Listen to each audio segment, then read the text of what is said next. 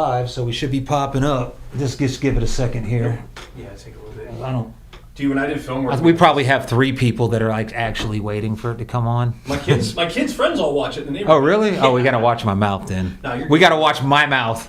I would really like to keep a log one day if we could just put someone in a corner. Are we notching Buddy's F words? Yeah. Brendan said I should get my kid to like do like a video which just edits everything out except for me saying fuck. It would be like 20 minutes of fuck. I'm sorry. I try. I don't even realize it. But the thing is, if I'm around your mama, I'm very conscious about it. Like I'm around. too. I'm Yeah. around other people. You know? We're still not on.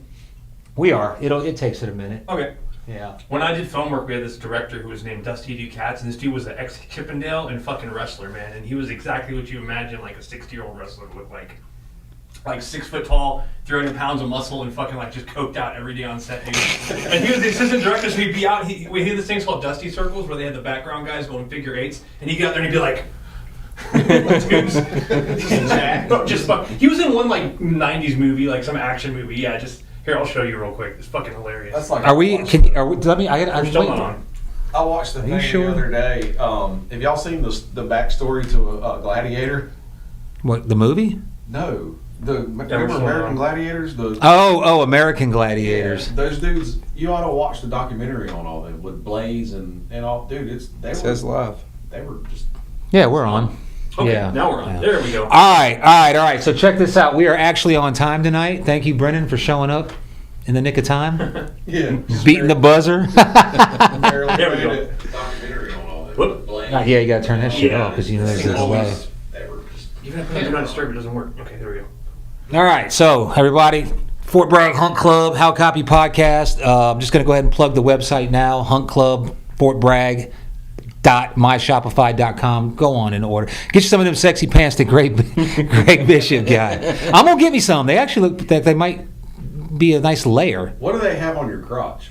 It's the logo. Oh, okay. It's on. You should have done Randy's like actual picture. You know what? I Butt cheeks.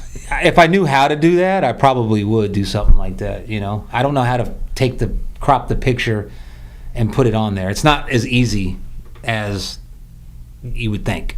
You would think it would be. If you have the right program, if you're a fucking web designer, but I'm not. I got this. I'm on Shopify. Gives you Printful gives you a fucking template, and you upload the picture. It's got to be a fucking PNG file. If it's not a PNG file, you can't use it. You got to have Adobe to fucking convert it. Yeah, it's all Greek made off. Yeah. See. Yeah, so if you wanna, I'll give you the password, and you can go in there and create whatever you want. You can't do it on your phone, like on an app for it? No, it's an app, but you can only use it. You can use an iPad, but you can't use a phone. Gotcha. But basically, like the logo, I had Nate build the logo. He can put it all in the PNG file, so I can take that logo and I can put it on a shirt, a fucking whatever. And when I put it on the pants, it's print all over. I thought it was going to do like the whole thing, but it just did it around the waistband, and you can't really read it. That It's was still right up pretty cool, Bishop's though. alley. Huh? That was right at Bishop's Alley. Yeah. I like the fact that he was up at 5 this morning to take that picture. Right. I like the fact. I feel like he's a kindred spirit to me because I think, and I may be wrong about this, Greg, so I don't want to speak for you, but I think that he actually ordered them, paid $40 in shipping and all that, just to take that picture. No, he'll have them on. Well, I'm sure he will, but I'm thinking that he was probably thinking that'll be a funny picture, and that's some shit like I would do. I'm just saying it don't take much to make Greg take a picture though. Y'all see him in turkey season out there with his fucking shirt off and the decoy on his head? Yeah. I'm pretty sure he was naked in the middle of the drop zone. He with a probably fucking was. Turkey on his head. Yeah. I wish we could tell if he was watching or not because I want to know at Greg. Let's see. Greg's probably in his upper 40s, lower 50s now, and he just decided within the last couple of years to start smoking. Oh Lord. Really? Yeah. Well, fuck He it. didn't Yeah, smoke I'm all downslope anyway. Let's fucking enjoy life. And he smokes good cigarettes too, like them high-end American spirits. No, I smoked them too when I smoked. The hipster cigarettes. Yeah. I'm a fucking on and off smoker. I've been a smoker since I was like 12. But I go through bouts where like during hunting season I don't smoke. I'll dip. And then I'll just pick up a cigarette one day. You'll have one or someone will have one. I'll go 3 or 4 months. The problem is every time I stop smoking and go back to it, I smoke more than I did. That is how it works. Yeah, like I used to smoke like 1 pack would be like 2 days. That's how I was. But now if I haven't had a cigarette. June was 5 years. Damn. And You ever want it? Oh yeah, every day. Really? Smoke. See, if I succumb to it like that, I would just smoke. You know what I mean? I would just smoke. I don't have an issue with it. I I got just, willpower of a train. You still got Black and Miles? Yeah. Oh, yeah, I got one right here. Yeah. But you inhaling them? Uh-uh. Oh, okay, that's different. Yeah. Anyway, let's introduce. we got a couple Who is this? Josh. Josh Whitford. Josh Whitford. Where are you from, man? I'm from Linden, North Carolina. Okay. You born and raised My there? whole life on the same piece of dirt. Okay. Old Lynn Knights. Yeah. It's full of sand spurs. So what I mean, do you live in that? And I'm getting into your business. You live in the house you grew up. Did your parents No, move no, out? and you- no. I just built in front of my That's fucking cool, man. You don't see much of that in America anymore. That's kind of like around the world. That's like the norm. You go to someone's house, like you go to the Philippines or you go down to South America. That's what happens. They get a piece of land, they all build it, and they have like compounds. It used to be pretty common. That was that was kind of common around here. Yeah, I want to build to keep my family from. How long's your family been? How long's your family been in North Carolina? You know, pretty much their whole life. their whole life. There was a short stint in South Carolina, just across the border, and around Gallo. But other than that, What brought them up to Linden? Farming? No, my aunt and uncle moved up first and bought a piece of property, and then my mom and dad followed, my grandma, and so we've always been there since I've been alive, and you know, probably about 15 years before that. So Right. and I'm 37. So you gonna die there? Are you where you're gonna be? You know, me and my wife's talked about it. You know, maybe way on down the line, moving somewhere else Somewhere for else. retirement Yeah. on the lake, maybe. Hell But yeah. who knows? Probably be right. How old are you? 37. 37. When did you start deer hunting? I probably started deer hunt when they would let me go. Probably about 8 years old. 8. Okay. Where'd you start hunting at? Fort Bragg or? One of the first places I ever went was Fort Bragg with Dad, and he used to have an old Tomcat climber, Mm-hmm. and Is that the one that faces the We were tree? just talking about Yeah. it. Yeah. he loved that thing. I love them. Yeah. We still have it. That's But one that the aluminum's kind of blowed out a little bit on one of the bars. Yeah, yeah. Anyway, I was little then, so he put me like in his lap, like facing him, and climbed up the tree. No shit. Hell yeah. We That's weren't cool. that high up, but Yeah. That's I what thought Dad I did thought I to was us. on top of the world at the time. Hell yeah. He'd put my deer stand on and put me up the tree, put his on, and then Push you go up. And then when I would get a little bit older, he's like, "All right, climb the tree beside me." That's awesome. Yeah. See, y'all got dads like I wish I was, because I'm the dad that would hang like a scary mask in the tree the day before. So when the sun comes up, you hear that kid come. He ain't but 8 feet off the ground. He'll be all right. You know? and then wonder why he's coming home with fucking 9mm rounds in his head. Oh man. So is he a good hunter? Who, Josh? Yeah. I don't want to ask him. He's gonna say yeah. What you think? Yeah, I think he is. Yeah. What do you like to? You bow hunt, rifle hunt? I have done a lot of gun hunting in my life, but the last 3 years I've really been focusing on bow hunting. Yeah. Yeah, come on now. What happened?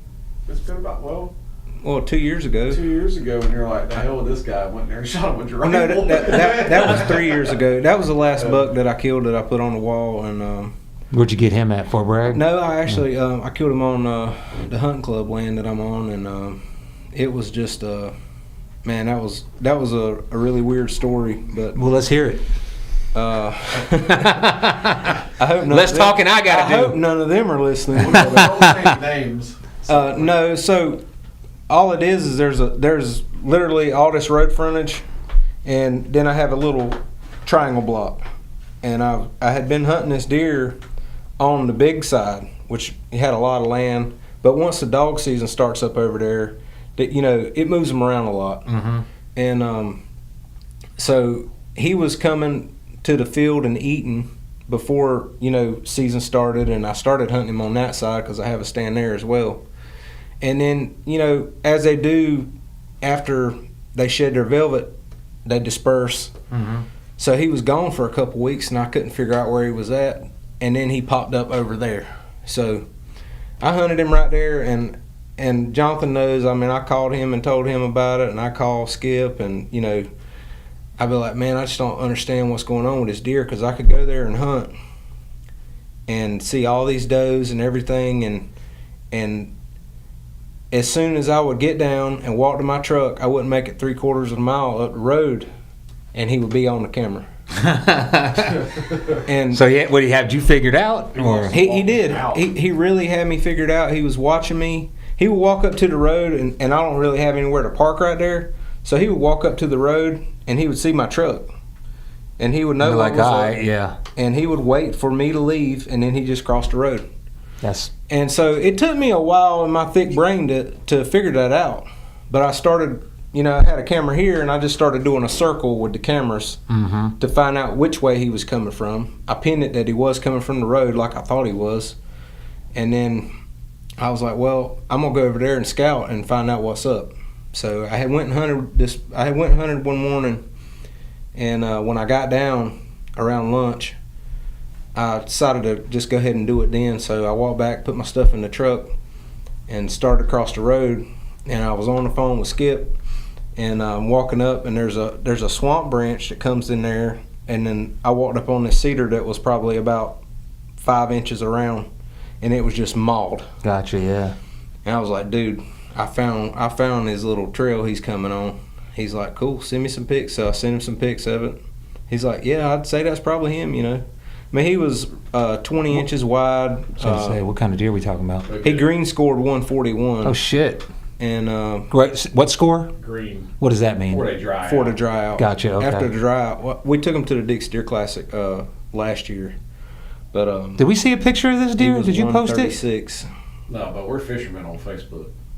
Okay. Yeah, I can show you some pics of it. Well, explain it. Was he typical? Was he non-typical? Any Typical, kickers? Yeah, perfect typical 8. And That's a big boy. but I went and killed him like that same evening, I think it was, or the next evening. What was he Was he coming in the next exactly? evening. Was he coming in the way you thought he was? Like, Exactly, dude. It was so That's weird. fucking awesome I when had you just figure got that a out. saddle. Oh, yeah. Yeah. I had just got a saddle. It's the best. That was the first year saddles came out. mm-hmm. And so I had just got a saddle. I had been waiting on it to get here.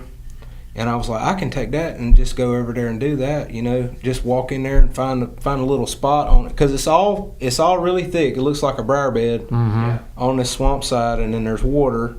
So I couldn't figure it out. And I had hunted a couple evenings before that. And I was actually behind where I had my corn pile about 50 yards because I thought that they were coming out of this cut-down, and I was going to try to catch him before he got to the corn.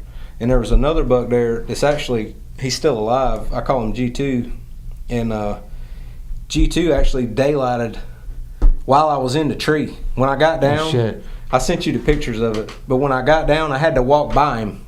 And the camera took a picture of him and 2 does looking at me. They didn't know what I was, but Yeah. I walked, within 30 yards of them back to the truck because I had Shit. went past it, past my access.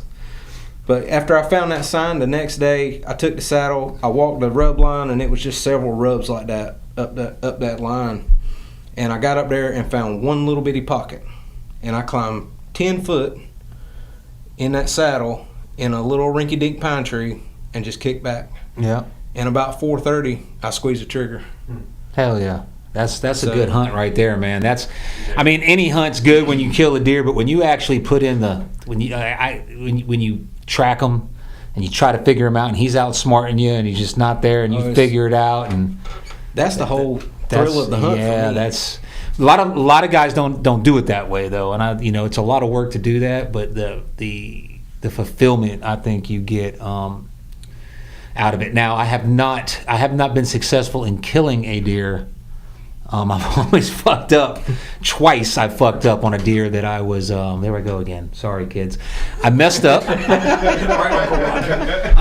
But I just started hunting like that like a couple years ago, and last year I got on one, and I couldn't make it happen. Twice I had the opportunity, and I just blew it. But yeah, that's cool, man. So what'd you shoot him with? I shot him with a rifle. Well, what caliber? 7 mag. See, if a deer like that, A 7 mag at 10 yards. yeah, a deer like that. If hand grenades are legal, I'm taking a hand grenade just in case, because I ain't putting all that work into it. Dude, I mean, I hate to just shoot over them. Something. I Like had that. literally hunted with my bow every single day until like 2 days before that. Yeah. Because I was telling them, I was like, dude, I'm done. Like, he's made it into December. It was like December 18th. Oh, wow. 19th. It was into December. It was a week 10 days before Christmas. Yeah. For sure. How old was he? About I had pictures of him for 2 years before that. I'm gonna say that he was about 5 5. Yeah. because I had to, just to basically a 2.5-year-old pig. Mm-hmm. And then, well, maybe I had pictures of them for 4 years. I'd have to go back and look because Yeah. I've been logging all my deer pictures every year since 2014 into my computer. So I can go back and look. Like I'll recognize something off of a deer and go back and look. Oh, hell sure yeah. enough, it's that one. It was this stand. It was this time. And I'll save the daylight pictures and the night pictures, but then I can go back on my daylight pictures and, take the calendar out, put it down. You need to be in a stand this thing. I am a firm believer that a deer will do the same thing he done the year before in the same place. Think so? Yeah. 100%. Hell yeah. And I 100%. realized even on Bragg, that's about the only patternable thing of a deer on Fort Bragg is there's one particular scrape the past 4 years, and this bastard must know that I have a kid and can't go hunt Halloween evening any longer. Yeah. And he's literally, man, it's 30, 45 minutes of daylight. He's standing there in the friggin' blasting and, smelling and, just doing his thing. They're creatures of habit, man. I Yeah. mean, if Especially when they get older. The older they get more. Their circle They pay gets attention smaller. more. Yeah, they pay attention more, and they're like, okay, I know I've been safe in this area. They don't really need to venture out. Whereas a dumb young buck, he's just Yeah, going to go run I mean- and smell and chase and explore and get smacked up. He's a teenager.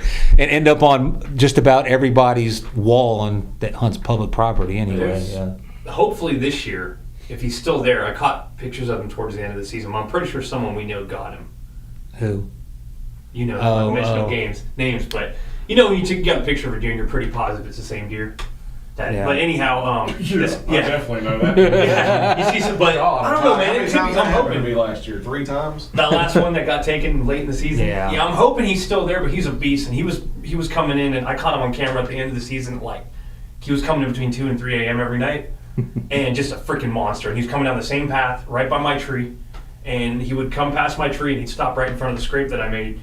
But if it's the same deer, I saw him at the beginning of the season. He had a couple does with him. And he came in, he came up on a ridge and he poked his head up and I could see his rack.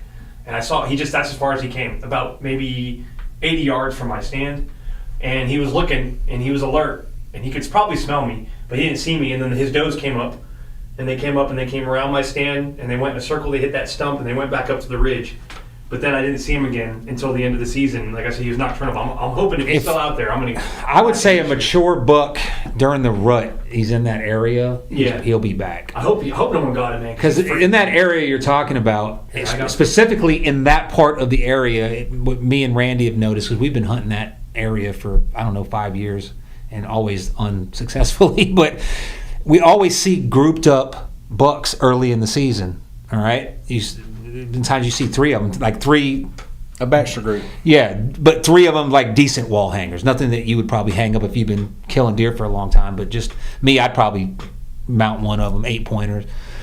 And then rut hits and they disappear. You don't see them. Yeah. Maybe, you know what I'm saying? Because They're still in the summer, early fall. right. So that area. So I would say to Brennan, the picture that you got in that area, if it was during the rut and you saw him there, if he made it through, he's going to be back there because he's dominant in that area. That would He be very my well guess. could be, and he can. A lot of times their patterns change drastically throughout the season. When they drop their velvet, their testosterone rises as they're hardhorn. That's when they're starting to become where they're fertile again. And Going to they're get laid. looking and they're like, all right, man, I got a couple weeks now. It's the time of year I get to do this, so they go a little crazy. But I had a deer in, let's see, it had been 2016. I had a picture of a deer in GG on, where the old, if you go down Sandy Grove, there used to be an old airstrip there. I'm sure it's not there now because they scraped the place for that tank range.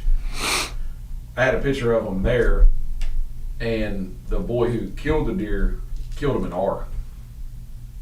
Damn, that's a long distance. That's a friggin' journey. Tell me if you think this is the same deer. So that's him. But not gonna mention no names, but No, it's not. no, it's not, right? Okay, I think good. we looked at that last year and we're like, It's pretty close. they look the same. You really have to. But- You have to be looking at a deer a lot That's to it be right able there. to tell the difference. And that was about 3 in the morning, at 2 or 3 in the morning, and he was habitual end of the season, like December, like after Christmas. And then he came out one day at dawn, and that was the day I didn't go out. I was so pissed because I was laying there in bed, The sun started to come up. I was like, maybe I should go. Next thing you know, Well, that's about the alert. time you Yep. go hunting, ain't it? When Yeah. everybody's in prime Or time, in prime full shooting time. light.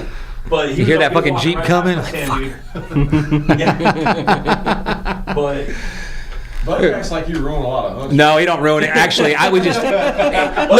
If you give, like, for instance, today I told him what I tell you. I said, "Yo, we were talking about this cord that I couldn't find."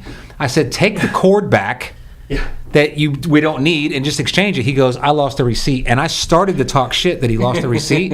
And what did I text you? Yeah. I said, "I'm about to talk shit. I don't keep up with receipts. I probably got $1,000 worth of shit that I could take back. If I had the receipt, and two, if I wasn't too fucking lazy to drive into town and actually do it. I got shit that I'm like, yeah, I'll buy it. If I don't, I'd rather have it.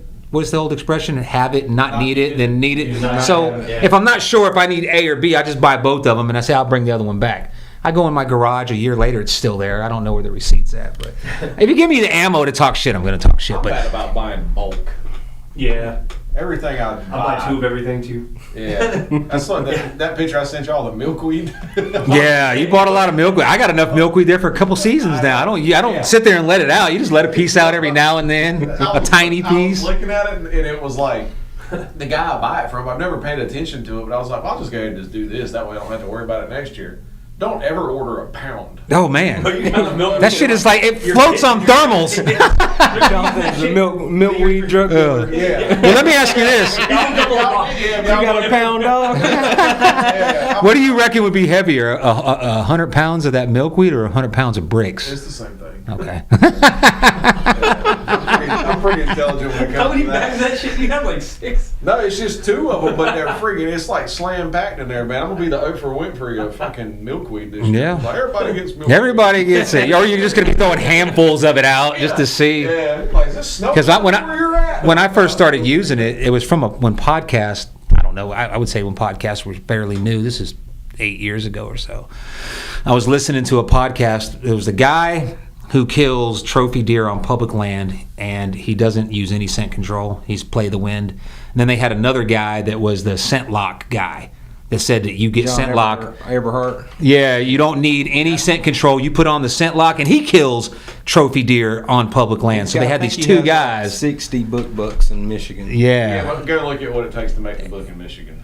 No, this guy's legit. Like the pictures. I mean, he kills big deer, and he fucking literally gets off his job as a mechanic and goes hunting. Is that That ain't scent lock ever shit hard. like a thermal thing you put on and like creates a thermocell kind of, or is it just like No, scent lock is activated charcoal. Oh, it's just Activated carbon. Yeah. Or, carbon. You're supposed to Sorry. be able to throw it in the dryer, Oh. and it absorbs everything. Yeah, Dude, see, and it keeps your But there are scent people in. that swear by it. Yeah. yeah. I farted in But it the- one time and it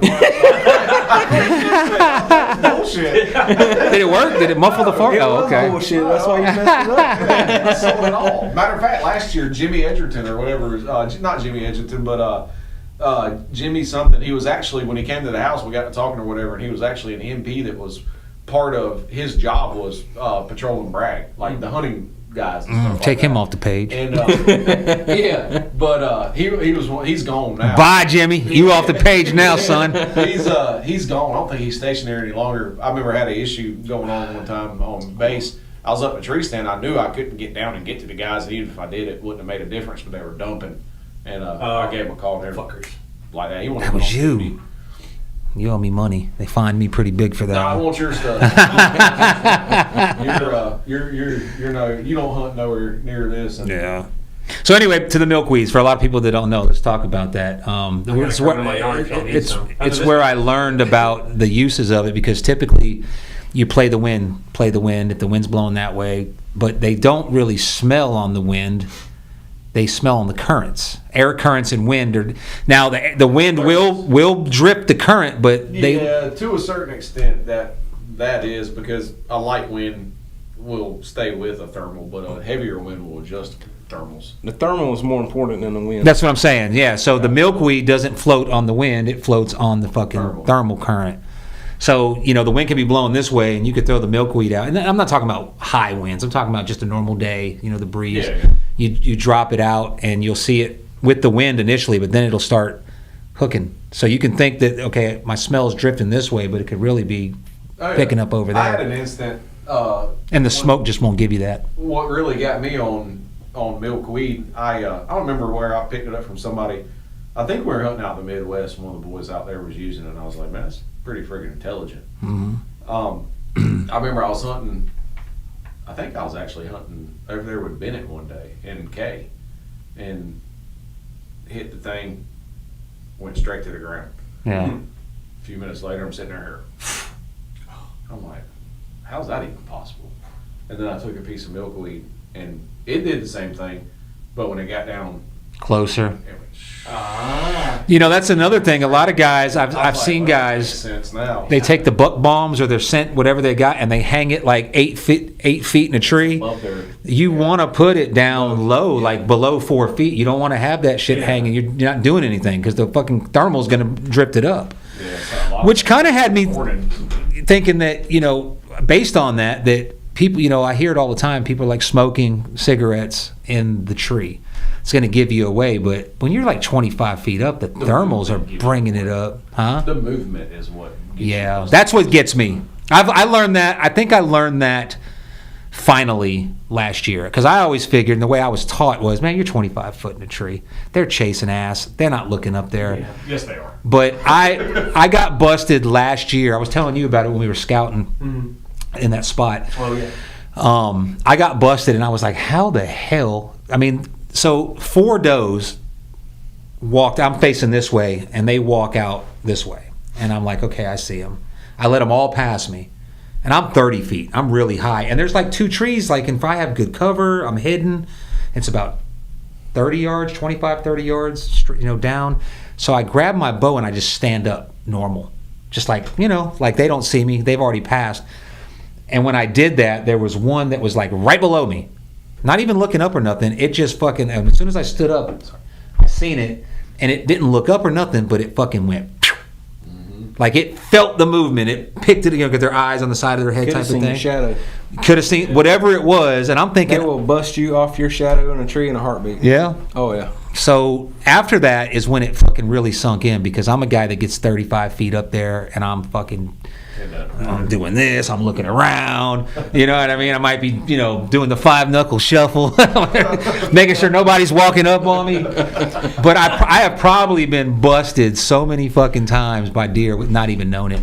Because I've heard it. Yeah. I've heard them blow, and I'm like, When what the hell was you first that? started hunting, there's a lot of times where there was deer that you didn't even realize were around. Yeah. They just smelled you and were gone. Yeah. You said binos, get some binos, so I'm gonna try that this season. 'cause Man, I live and die. I don't know about you. What the hell? What good are they? I mean, you're taking a shot. I mean, you know, you take 80-yard shots, but most guys with bow are taking. Like, you're not paying attention. Yeah, there's a dude. I'm telling you. I have them, and they're always in my kit. And I've tried to use them. Like I see something, like maybe it's, and I look, and I'm like, I don't need that. Maybe now that my vision just recently started going on me. They stay right here on me at all times. Yeah, I Even just when I'm haven't found scouting. no use. In the woods, I haven't found no use for I them. have binos, but I'm not like hard up on my binos. Like, Yeah. I ain't got to have my binos. Yeah. To me, my binos are for if it's probably where I shouldn't be shooting, and I want to make sure what I'm shooting, or if Gotcha. I've got a rifle and I'm trying to look, you know, way before they get to me. Right. You know how a lot of places on Bragg's got the rolling hills and stuff. Mhm. You know, to me, you might need them there. But if you're hunting in a little briarhead thicket, Yeah. which is most of what's out there, Yeah. I don't really think it's that imperative. Mm-mm. I do. I look at them from me to you. I just like binos. You know why? Because when I see a deer, typically if I'm rifle hunting, which like I said, every year I'm like I'm bow hunting until the first day of rifle season, and then I'm out there with camo on my Learn face. So much more with a bow in your hand. But I get out there, and when I see the deer, I shoot with a 308, so it doesn't matter, a fucking 22. He's already in range. So I put a scope on him, and as soon as I see brown and I'm in a good, like in his heart, I'm pulling the trigger. That's it. You know, that's just the way I hunt. I'm not a fucking trophy hunter. I'm like an everything hunter. If it's a nice buck, I'm going to hang him up. If he's not, I'm going to eat him. And his antlers are going to be laying on my coffee table somewhere, unless it's my second buck. Then I'm a little bit more. But That's the I'm tagging out, man. You give me 6 deer a year, I'm killing 6 deer. Period. Yeah. You know what I mean? I'm doing my part in conservation to make sure that there ain't too many of them. I'm gonna let you guys be selective You're with doing it. your part of herd management. Herd management. Cur. I take out all the cull deer. Is that what they call them?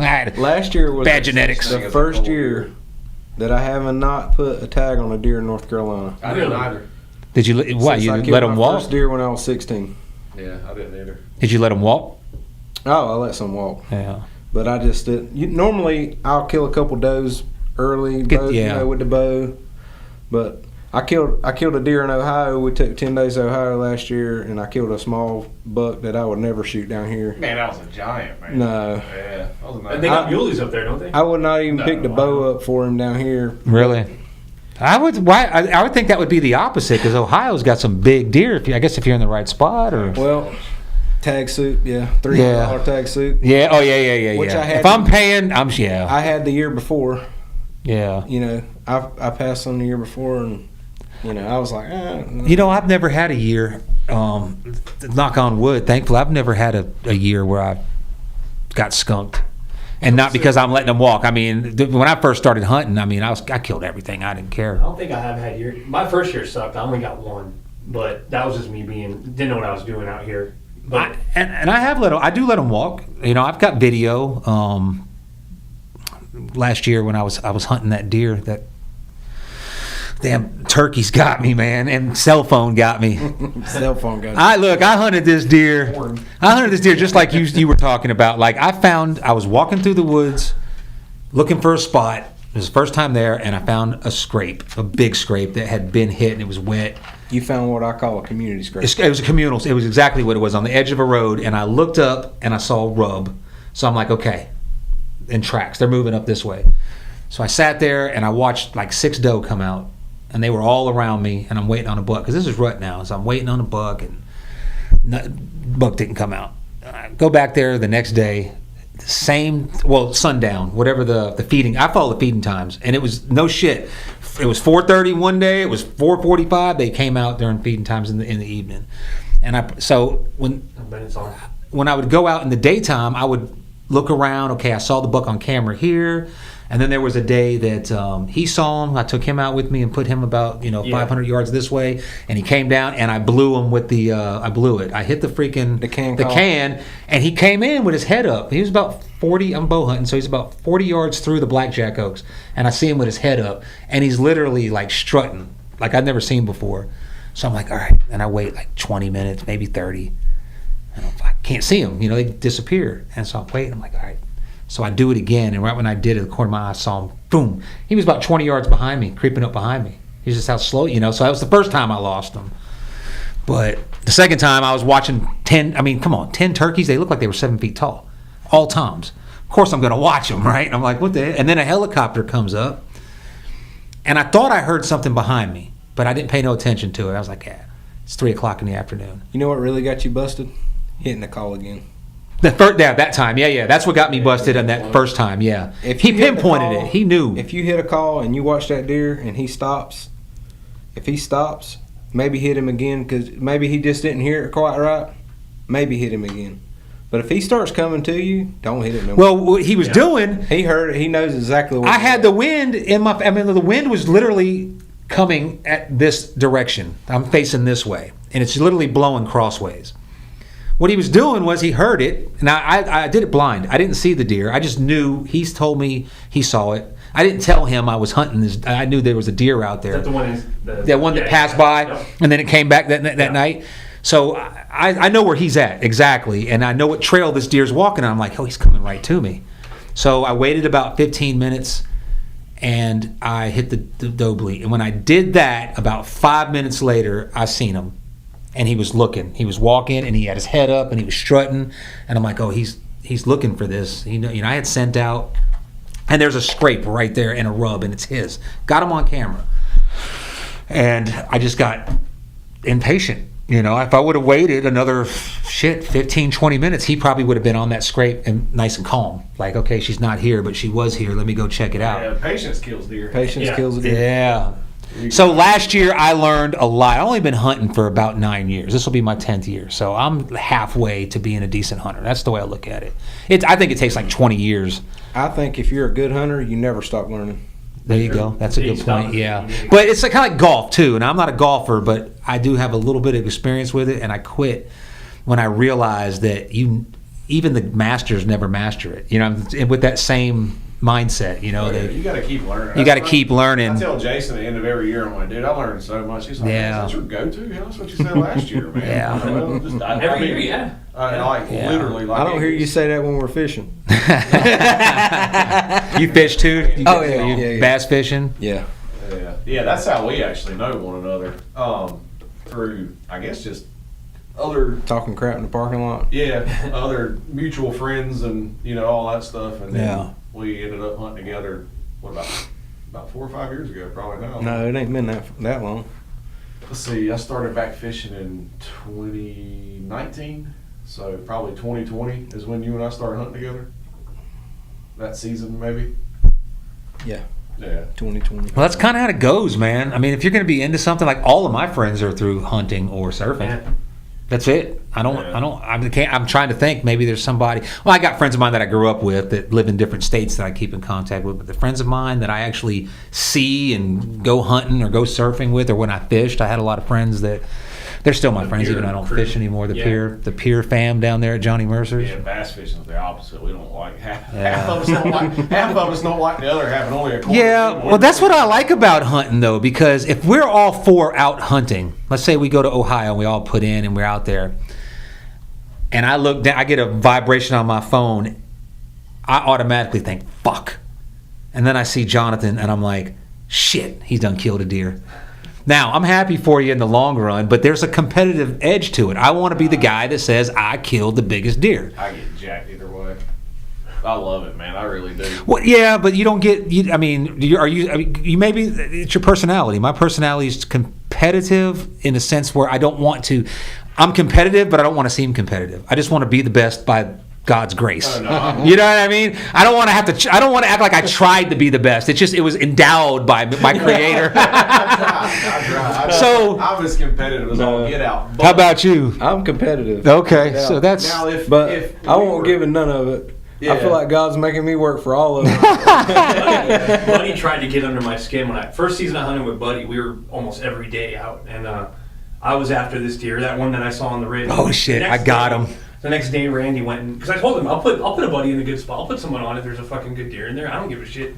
If you kill a deer, that's good for you. No, tell the whole story. Wait a minute. So he has this big deer. What's that one on the camera? Yeah. On camera, and I said, look. Don't tell nobody about this. He told me. I said, you shouldn't even have told me because now I'm coming back here. But I said, don't tell Randy about this spot because Randy will be here and he'll probably kill the deer because Randy is fucking good at finding deer. Randy, right? He's just a good. He's a good dude. He's a good. Talking about, we need to get him on. He works a lot and he's just. I won't blow him too hard, but he is. I'll break his chops all day. But one thing, he's one of the best eyeballs in the woods I've ever seen and been around. So I said, don't tell Randy. So what does he do? He tells Randy. So I call Randy and I say, look, you're in on this joke now. Because now I'm telling him, oh, Randy's going to kill that deer. He's going there today. He's like, oh, man, I don't care. He couldn't go hunting that day. He's like, oh, I don't care. I don't care. I know it's eating him up. And then Randy ends up shooting a 9-pointer, but in a different spot. And I was like, oh, this is beautiful. I was pissed. At first I was like, fuck you, Randy, you killed a deer, and I didn't. But then I was like, all right, this is perfect. This is going to go with it. And I had him. He was like, oh, man, I'm happy. But inside he's dying. I knew it. I had him on the hook. You're talking about buddies, man. I get jacked. But I tell you, like, I like looking for deer. Like, when you shoot one, like blood trailing deer and stuff Yeah. like that. I do too. Well, I spend many a night out looking somebody else's deer. I'll get Just to help on Facebook, like on the Fort Bragg page, somebody like, oh, has anybody got a dog? I'm like, no, I'll go fucking help you. I don't even know them. Yeah, I got to be in the woods still. I get home and get warm, and I'm like, I ain't going all the way out there. I'll call somebody like you. I'll be like, hey, Jonathan, why don't you go help this guy? You like doing that shit. Yeah, it's fun, man. You learn a lot. You learn a lot about a deer. Oh, yeah. Doing that. You know, and some of their... Especially when it's successful recovery. I can't stand not being able to find a deer. Their That will to eats at me, survive man. is unreal. Dude. That eats at me, man. I shot a deer one year. It was an 8-pointer. It wasn't nothing big, but it was about an 80-yard shot. And I was hunting the one tree in the middle of where they cut and burned everything. And I watched the deer, and I knew it was a good shot. And when I shot him, he jumped up on 2 legs, and he spun around in a circle. He did a 360, and he started running back the way he came. And that usually is an indicator that you missed him. He's going back to safety. But then he stopped, and he limped, and he went the direction he was walking. So I knew I hit him, but I couldn't find no blood. Sounds like you shot him low in the I think I shot him high, actually, because when you shoot him high in the back, it'll. And I was using a fucking Hornady. I wasn't using a core lock. I shot right through him. I shot one in no man's land like that one time with a rifle. I shot him, hit the ground. I was like, oh, yeah, buddy. We're in South Carolina. I was a younger kid. I was like, damn right, man. I'm about to go talk some crap. Yep. Get out of the tree stand, go walking, get halfway to him. He stands up and looks at me and walks off. Yeah. I'm like, well, there that goes. Hey, I shot one time. I shit you not. He acted like he got hit. Because I was going to tell you my scope was off, and I shot a deer the night before, and I aimed at his head was to the left, and I aimed at his heart, but I ended up shooting him in the gut. So I was shooting to the right a little bit. So I just figured I ain't going to mess with it. I'll just Kentucky windage this shit. Well, the next day a deer came, and he came right to the bottom of my tree. And this was a nice one. This was like an 8 or 9 pointer, dark, big. And he didn't even pay no attention. He was honking and whatever that noises they make, grunting, honking.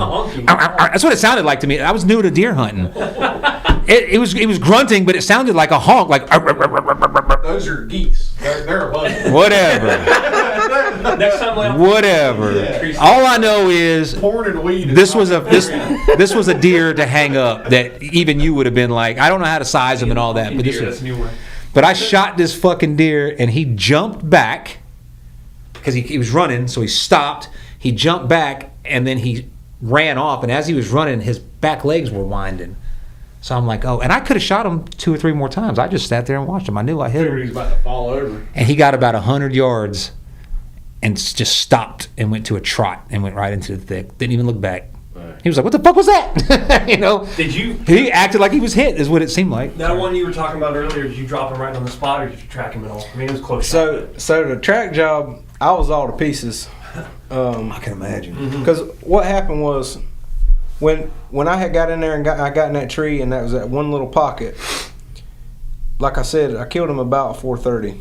And Skip actually texted me and told me I had my dates wrong. It was December 15th. But my dad's birthday. They had walked. I had heard them come and cross some water on the edge of that swamp before I ever seen them. So I knew that some were coming. Right. I didn't know where they were coming, whether they would actually come in there where they were at. But he was with a little doe that he had been with for a couple of days from the camera, and the doe walked in, and she walked to that little clear spot, and she was about to bust me when I caught a glimpse of the right side of his rack. And so I was in the saddle, but you know, in the saddle you can hide behind a tree. So luckily I just kind of sidestepped a little bit while she was, you know, doing her thing, and it was like a crosswind to her, so she could have very easily busted me and the whole thing would have went, you know, awry. But she started doing all that, and I was like, I'm gonna have to shoot him, you know. It looked like this, you know, where I shot him, but I'm gonna have to shoot him. So I eased the gun up when she put her head down and rested on the tree, still hiding behind it. And he needed to, you know, take just a couple steps for like a little small hole. But when I shot him, it was just like a normal, you know, kill shot that you would expect as far as the way he acted and everything. But what freaked me out was he came the same way that she did. Well, they both took off down the same path. And there's water and there's woods. Well, I hear one go crashing down through the woods, and I hear one cut out and go through this water. And I hadn't been through that water in there one night coon hunting, so I knew I didn't need him to be in there. Right. There were some beavers that had it backed up really bad. And so I got down and I started calling people, and you know, I just decided to wait till everybody got there. But when we got there and started tracking, they had actually seen the deer before I ever did, because I'm steady, like, my head's on the ground Right. Yeah. looking, Yeah. and they're like looking up ahead with the Mm-hmm. light, but they didn't tell me. Right. And then when I seen Oh, that that's some good sucker, friends dude, right there. I like them. when I seen him, I mean, I just freaked out. I just Yeah. couldn't believe it. I bet, man.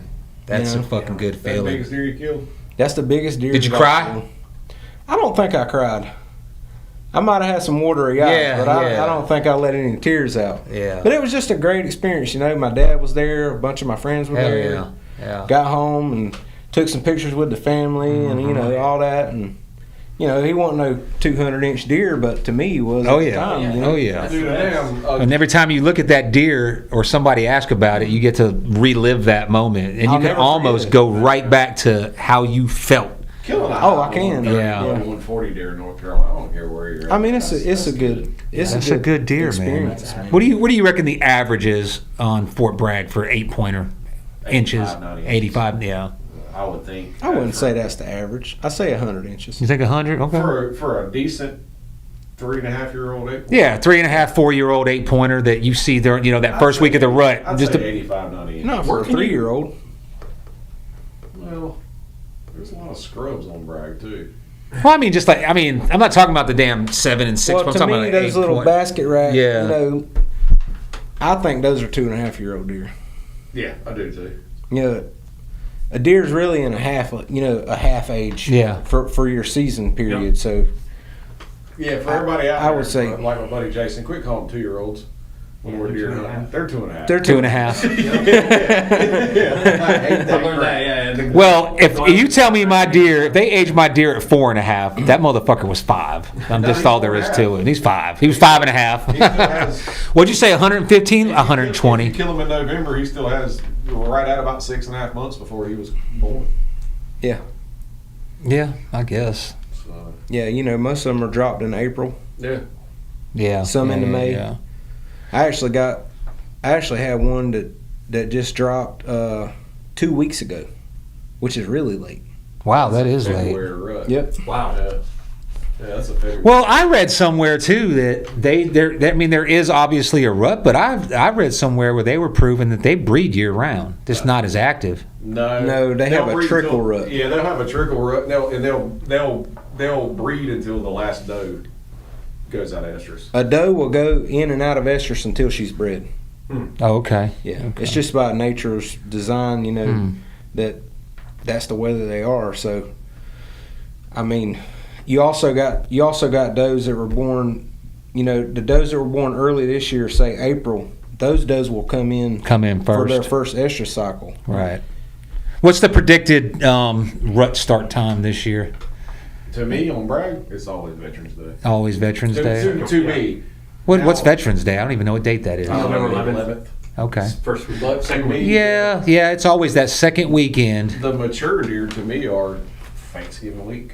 Yeah. Halloween week is a good week too. That's a good week to be sitting on a scrape. Yes. Halloween, that's when you start seeing does and younger bucks and stuff like that. But the big ones is usually, the mature ones coming out in daylight, it's usually about the first, second week of November. Just depends on the year. I'll tell you a good story about a good spot. My first deer on Bragg that I got with a bow was a little spike buck, but I don't give a shit. I was just stoked to freaking shoot a buck.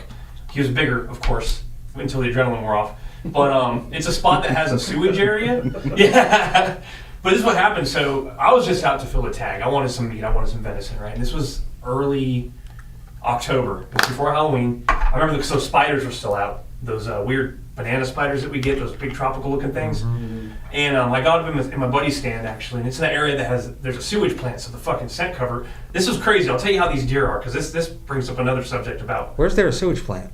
one of the Bragg? areas. Yeah, Okay. oh yeah. So you got, I mean, that's a swampy scent area, and it smells like shit. So you've got perfect scent cover, and whatever's down there, there's a lot of deer down there actually. And I know someone listening knows this stand because they found it before. It's still up there. But I went up in the stand, and around, about 4:30, I hear, something come trucking down, and there's a high point, and there's like a swamp. And I hear something come trucking down, and it's two does.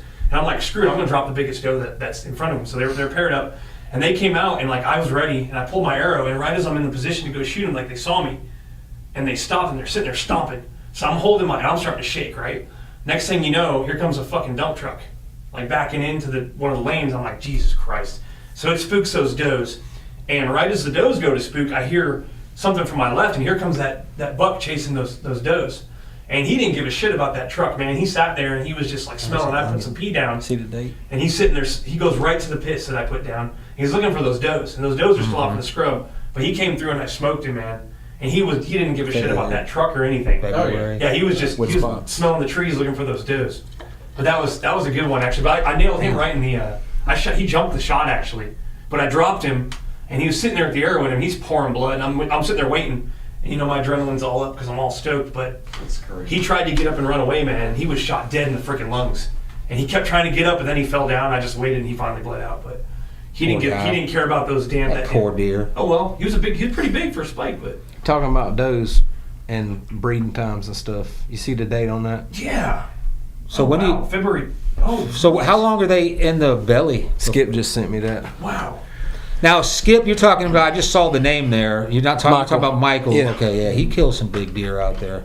Damn, February. Yeah, he got 2 big ones on Fort Bragg Well, last that's year. Louisiana has their bow season goes all the way to the end of February, man. Yeah, and some of that like L.A. area, Lower Alabama, Mississippi and stuff, they don't rut until January. And you follow where I was living. Weather as well. Yeah. It's right on the Georgia-Alabama line, literally. Like that highway that runs down, you go across there to go to Georgia and buy your lottery tickets because they don't. Yeah, we know where you follow that. They would fucking Lake Eufaula. Yeah. The deer will rut in November in Georgia, but across the highway in Alabama they would rut in January. It's weird. I didn't understand that. That's Mississippi. A lot of people say that's the best state because it's the only place where the bucks rut and the fish spawn at the same time. Yeah, I guess. Yeah, that's where I started bass I fishing. wonder if hopefully, it's too early to tell if it's going to start cooling off or not because you just run out. I always notice that we always get that rainstorm that I've been tracking this the past 4 Halloweens that I've been in Fayetteville. It seems to be it's like this, and then on Halloween Eve there's that storm that comes through. Always Halloween night because the kids always go trick or treating. It starts raining because I'm always putting my decorations up and tearing them down in the rain. But next morning, Decorations. He puts on a fucking theater. Oh yeah. Next morning it's the because I'm up late tearing them. It always seems like it's hot as hell, and the next morning it cools off and it gets into the 40s, and we get that crisp weather like November 1st that comes in. That first cool day in October, son, I get so jacked. Yeah, I'm already, man. I've been I was freezing going my through butt off on Thanksgiving. I mean on Halloween though. It's Did been. you scout the weekend? Any of y'all scout We the went out. weekend? I did. Yeah, Saturday Yeah. morning was friggin' beautiful. It was so Saturday. nice. It was so hard for me not to go after Yeah. I got off work. When did we go? Sunday. Awesome, Sunday man. afternoon. So Sunday was nice in the morning too, and I was like, finally drug my ass out there. And by the time I got out of the truck and walking, it was 96 degrees. No, I And I was wearing jeans because I was like, oh, it's like Oh, no. it feels like 70, but I found it's like every 80. camera in Latham. Yeah, you're telling me. God almighty. It was 72 We found one Saturday that morning.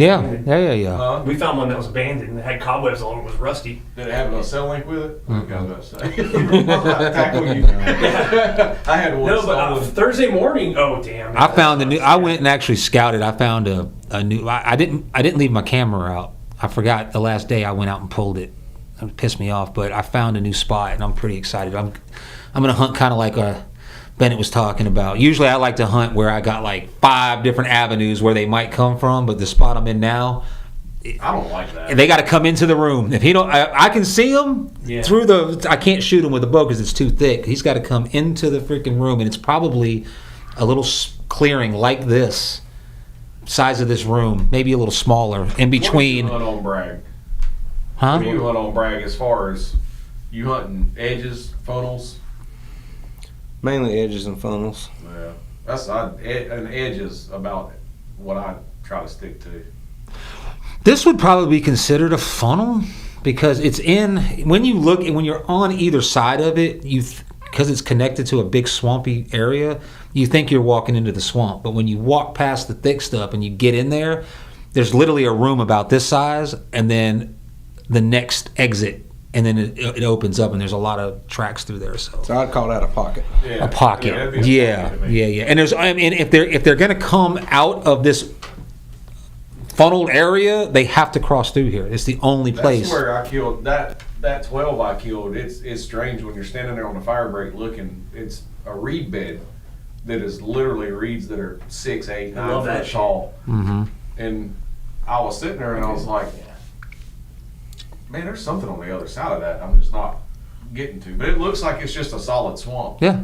You walk through it, and then when I walked, you could feel yourself going down through where the reeds were, and then you come back up, and with a matter of 10 feet, it opens up, and there was a bottom, like a pocket there that was probably half an acre, and it was nothing but friggin' oaks. Bro, I hunted a swamp, edge of a swamp, because they always come out this little doorway. I mean, it's literally like a tunnel of thick shit. It's a trail, buddy. Yeah, whatever. It's a tunnel. When I tracked a deer through there, I had to get on my hands and knees. Honking deer. Whatever. I'm starting to sound like my son. He calls his golf clubs bats. Hey, Cliff's on the live chat. He said Buddy's going to have geese decoys out this year. It was a honking sound. That's what it sounded like to me. It didn't sound like he was grunting. You ever heard of snorkel? It sounded like he was He sounded like he was burping, actually. That's Yeah, yeah. Like a honk. It sounded like a honk. I heard them growl before. They growl a lot in Illinois. It was weird. They were, I've never heard. Only time I've heard them wheeze is they're not wheezing. It's when they get so scared they blow out when they run and when they smell you. It's over, not Yeah. Going. Yeah, that's the end of it. That's it. And you know how hard it is. It's really. You sit there and I'm like, if I get down now, the hunt's really over. Nah, man, it don't mean it's. But maybe if I stay here, another one will come that didn't hear them, but I never see shit. When I hear that, I might as well just pack it and go to another spot, maybe. There's some does that are just spooky in their nature, and they'll just walk up to wherever they're at, and there'll be deer standing around browsing whatever they're doing, and the doe will just blow for no reason. Yeah. And all of them, like the first couple blows, they'll be looking. They'll at stop her, me like, what the hell is she talking about? She ain't leaving, they're looking at her, watching her, and then she's just blowing again. Then they just go back to eating. Yeah. Oh, I'm sorry. Go ahead. I was saying those older mature does, when Halloweenish area, or even maybe a little bit before, depending on the weather, them young bucks get in their mind. They're like, yeah, I'm gonna go try to screw me something. Mm-hmm. They'll do that to actually push them bucks away too. They don't want them around them. They'll, they'll and try to get them to leave them alone and different things like that. I've heard them cough. They always make a coughing sound. It sounds like coughing to me. Here we go again. You're calling it blow. It's like. you're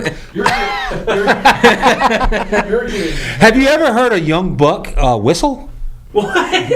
Buddy, are you taking it? I'm not. You gotta read these people. Not like. Okay. Tell him to hit the live chat. Yeah, y'all go on the live. It's not a whistle like you would whistle with your mouth, but it was a fucking spike. Okay, and I wasn't gonna shoot him. I'm watching him. No, he smelled me and he ran off. And as he was running, he was blowing, but it sounded like a whistle. I can't even duplicate it. It was like a whoo, whoo, whoo, like that, but a higher pitch. I'm not lying. Laugh all you want, motherfucker. It's the truth. It's funny how you describe it. Donald Hutchison said Buddy has got banded geese with antlers. Got what? Donald Hutchison, he said your geese are going to have antlers. What live chat are you on? It's people texting. It's on the YouTube. Oh, texting. Yeah, Tell him to go to live chat. Yeah. I just did. Donald Hutchison probably doesn't have We were talking about him before we started rolling, weren't we? About about Mr. Bodybuilder. Mr. Bodybuilder, Mr. 1985 on the beach. Yeah, he's down there at the Palomino on Owen Drive. Have y'all ever had them? I don't know if they've ever done this to you guys. Or I guess someone said they're trying to get you to move, trying to figure out what you are, but they'll stare at you because my rabbits do this when they're scared. They stomp. They'll sit there and. All the time. Yeah, that's just them trying to get you to react, isn't I it? just shut my eyes. Yeah, that's what I was sitting there like this. I don't shut my eyes because I got a death stare. I give it right back. Yeah. Really? It was one of the first times I went hunting with him. He's like, yeah, man, you sit right here. And he said, there's some little gallberries right there. And he's like, just find you a good tree right there. And I get in this tree. And I've been sitting there, and all of a sudden I see this doe come out. And she crossed the fire break. And she goes right to them gallberries and starts eating. She'd been eating for 20 minutes. And then all of a sudden, all at once, she just... What's up, dog? And I thought she was about to freak out. Yeah. She just kept looking at me. And then she put her head back down and went eating. But when she would put her head back up, she, right back at me. Yeah. That's what I had that doe that time, that old doe that we were talking about on private land, dude. She'd walk in there and stay. She'd face you the whole time, and when she got ready to leave, she'd just back up. Yeah, they do the back out. Yeah. I never could kill her, so I finally shot her at the top of the head with my bow. When I was about 18, I had this little sneaky spot I was hunting, and I just bow hunted in there because I didn't want nobody to know I was there. But I had permission to hunt where I was at, but I didn't have the access that I needed. So anyway, Kind of poaching? I would drive the 4-wheeler to the tree, Great. and I just put a tarp over the 4-wheeler, like a camo tarp, Mm-hmm. and they didn't give nothing about that being there. You know, they would come in there and walk around and eat and everything. But at the time, it was early as soon as bow season came in, and so all the does had fawns with them. And I got this thing like I don't like to shoot the does while they got the fawns with them. You know, I'm the same way. Yeah. it just I don't know. It just bothers me. Yeah, But I got you. It's called Anyway. hunter's remorse. That's the term for it. Yeah. this one doe came in one day, right?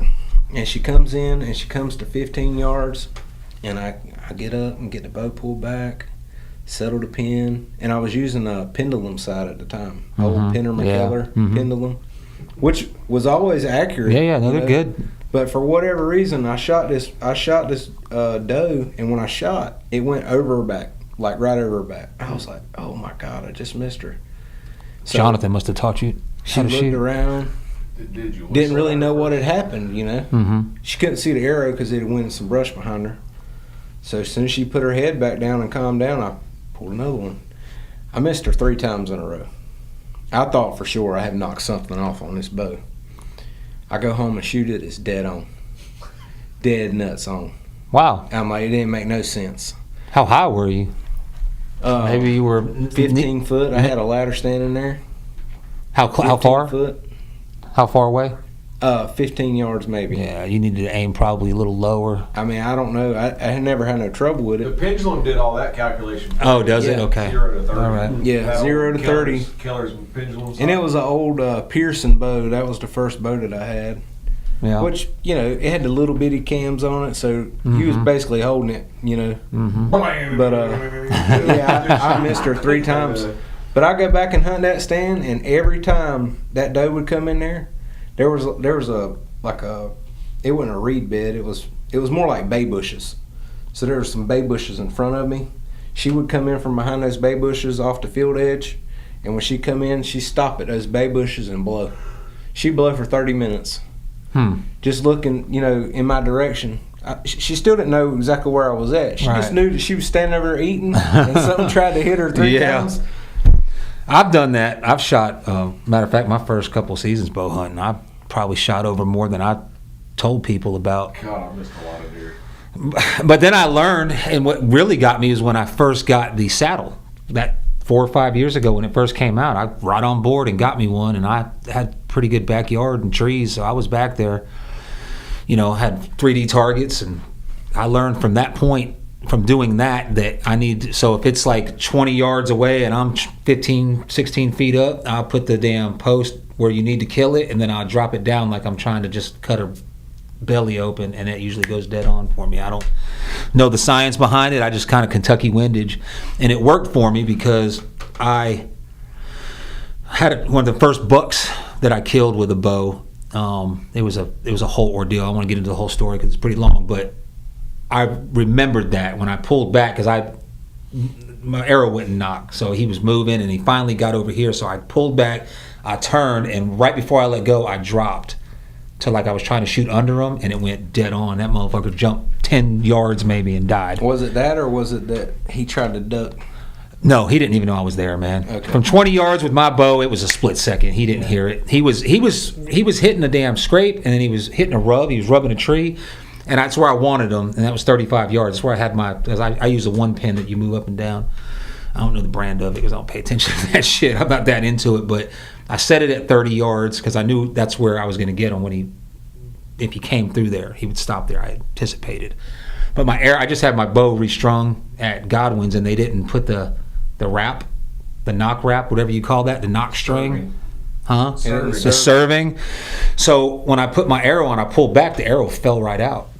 So I grabbed another one, and I tried to bite it, and it knocked a little bit better, and I did it again, and now he's moving up to the rub, which is right next to the scrape, about, 5 yards. And I pulled back, and it fell out again. So now I'm like freaking out. Like I'm already nervous. He didn't hear none of that? He didn't hear none of it. He didn't. He was It dialed in. was just yeah. He was on a mission, man. He was like They had to kill that deer. yeah. So I actually had enough time to reach back on a tree and grab. I was on a pine tree and I grabbed a piece of bark. I'm holding the bow and I knock it with the piece of bark. And I pulled back, and when I finally got it back, he was moving. Now he was moving, like he was in the area. Nothing's here. Now I'm going up to the fire break, and it was like a thick patch back there. So I pulled on him here, and I was able to turn and drop that pin like I had been training to do, and it got him. And it was one of those Rampage mechanicals, and it made jello. So it turned his insides into jello. Mechanical's great if you shoot it right. Yeah. So Yeah. that was. That's And I actually cried on that one. I didn't cry like I wasn't bawling, but I had like teary eyes and shit. Like only one of the I used Grim Reapers, but I had this one brand of mechanicals, and I went and shot a doe with them, and like 2 of the blades stuck inside still. Only one of them open, and it just made this gnarly old wound. I mean, it still killed her because it double lunged her, but it didn't I thought it made such a loud sound, like it sounded like a goddamn freaking. That's when you know you hit them. Concrete. When you hear that. It was pop. louder than normal though, because it was. And I went and got the arrow out, and yeah, 2 of the freaking things failed.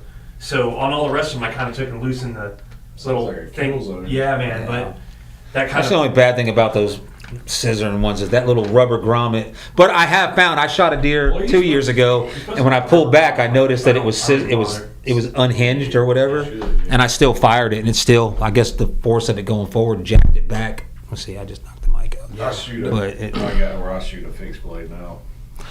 I got I got 5, so I got 6 arrows, 5 in my quiver, and they got different heads. I got I got like 2 of the Rampage. I got 1 like broadhead, like old school 3-blade, and then I've got the ones that I bought that I've never used on a live. I've never shot one at a target either, but the one I was telling you about, it's like one solid.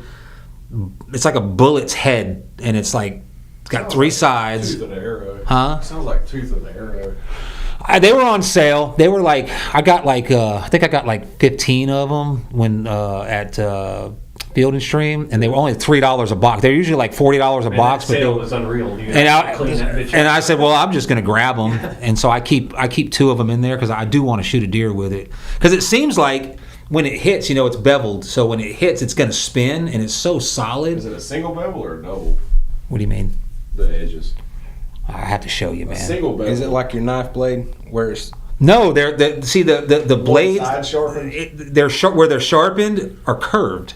So when you fire it, it looks like aerodynamics is going to make it spin, and when it hits, I guess it's supposed to pick up momentum there, and it's supposed to drill a hole through them. Well, single bevel. And it's real heavy. It's like I mean, When it hits, it it's like it's only like that big around. I'll bring it in next time and show you. Yeah, single bevel. It actually. why? So why do you have different broadheads on all your arrows? I don't know. Likes options, man. I like options, man. Well, I only need one, really. So I'm just going to You pick know they're all one. going to fly different. Well, yeah, but Hurricanes. I'm shooting Is that what they're called? maybe 30 yards, and that 30 yards, man, it's. They'll shoot different at 5 yards. I know, but okay. Am I really gonna miss? Like I'm shooting at a target it's like this big at 20 yards. I'm not that bad with a bow, man. I can get it inside Are you shooting that. your broadheads though during practice, or are you just shooting your field? No, just field points. I always sacrifice Yeah. one. I'm not into it like that, man. I go out and the same thing with rifle shooting. I go out and I'm a member at the range complex. That cost me $500 a year. So I paid $500 to zero my rifle last year because I haven't been since. I go out, I zero my shit. Now, when sometime in the next couple of weeks when it cools off, I'm going to go out there and I'm going to shoot 100 yards, 150 yards, and maybe take the long shot at 300 meters, whatever they're fucking set up at. And as long as I'm knocking the target down, I'm good. I don't need to sit there and spend $1,000 in bullets. I'm good. Like, it just kind of comes natural. So if I go out and I take a few shots I'll do 20, 30, 40, and then I'll back up to what I think is 50 yards. And as long as I'm getting it in that spot, I'm not worried about if I'm dead on. Yeah, As long as I'm in that saying area. is your field tips, there's no resistance whatsoever Mm-hmm. from a field tip. Whereas a broadhead, even some mechanicals actually have resistance. So when you shoot your field tip, Mm-hmm. your bow could be shooting most of the time low and right with a broadhead. I think when I shot over at Gene's house the other day, I think I was probably about an inch high off the bullseye with my field Your point. field tips? Yeah. You'd rather be low Yeah. when you're sighting in. So Especially me. I like to do about 6 or 8 inches as long as you I almost can. need to set your. You need to figure out a way to set your pin to where you think you're dead on balls accurate. You need to drop that down a That's little what bit. I'm talking about. So 20 yards is actually like 15 yard setting or something. Yard mark, but then I'm gonna have a half mark. In between. Yeah. So- Because I mean, I've shot over them, but not as much as you have. I have. But like I said, I've only been bow hunting maybe 4 years. But only last year and the year before were the only years that I bow hunted into rifle season. Yeah. I probably bow hunted more last year than I did with a rifle. I get so friggin' jacked up, dude. I mean, I do. I get torn up when it comes. Now, I get a that rifle, too. I get jacked up too. A rifle, I'm like, all right, he's there. Boom, he's dead. I mean, Yeah. to a sense. I mean, I'm not taking anything. I still away get from jacked him. up with the rifle. I mean, Yeah, I me do. too. Yeah, me man, too. It's just having. I get jacked up when I see him on the side of the road. I do, but I do too. I scared the shit out of my girlfriend. We was driving Put your back. light away. my buddy Jason, I was on the way home last year, and the evening before, he called me and he was like, dude, he's like, I just seen a friggin' giant on the side of the road. On Bragg on the way home. I was like, cool, man, blah, blah, we're talking everything.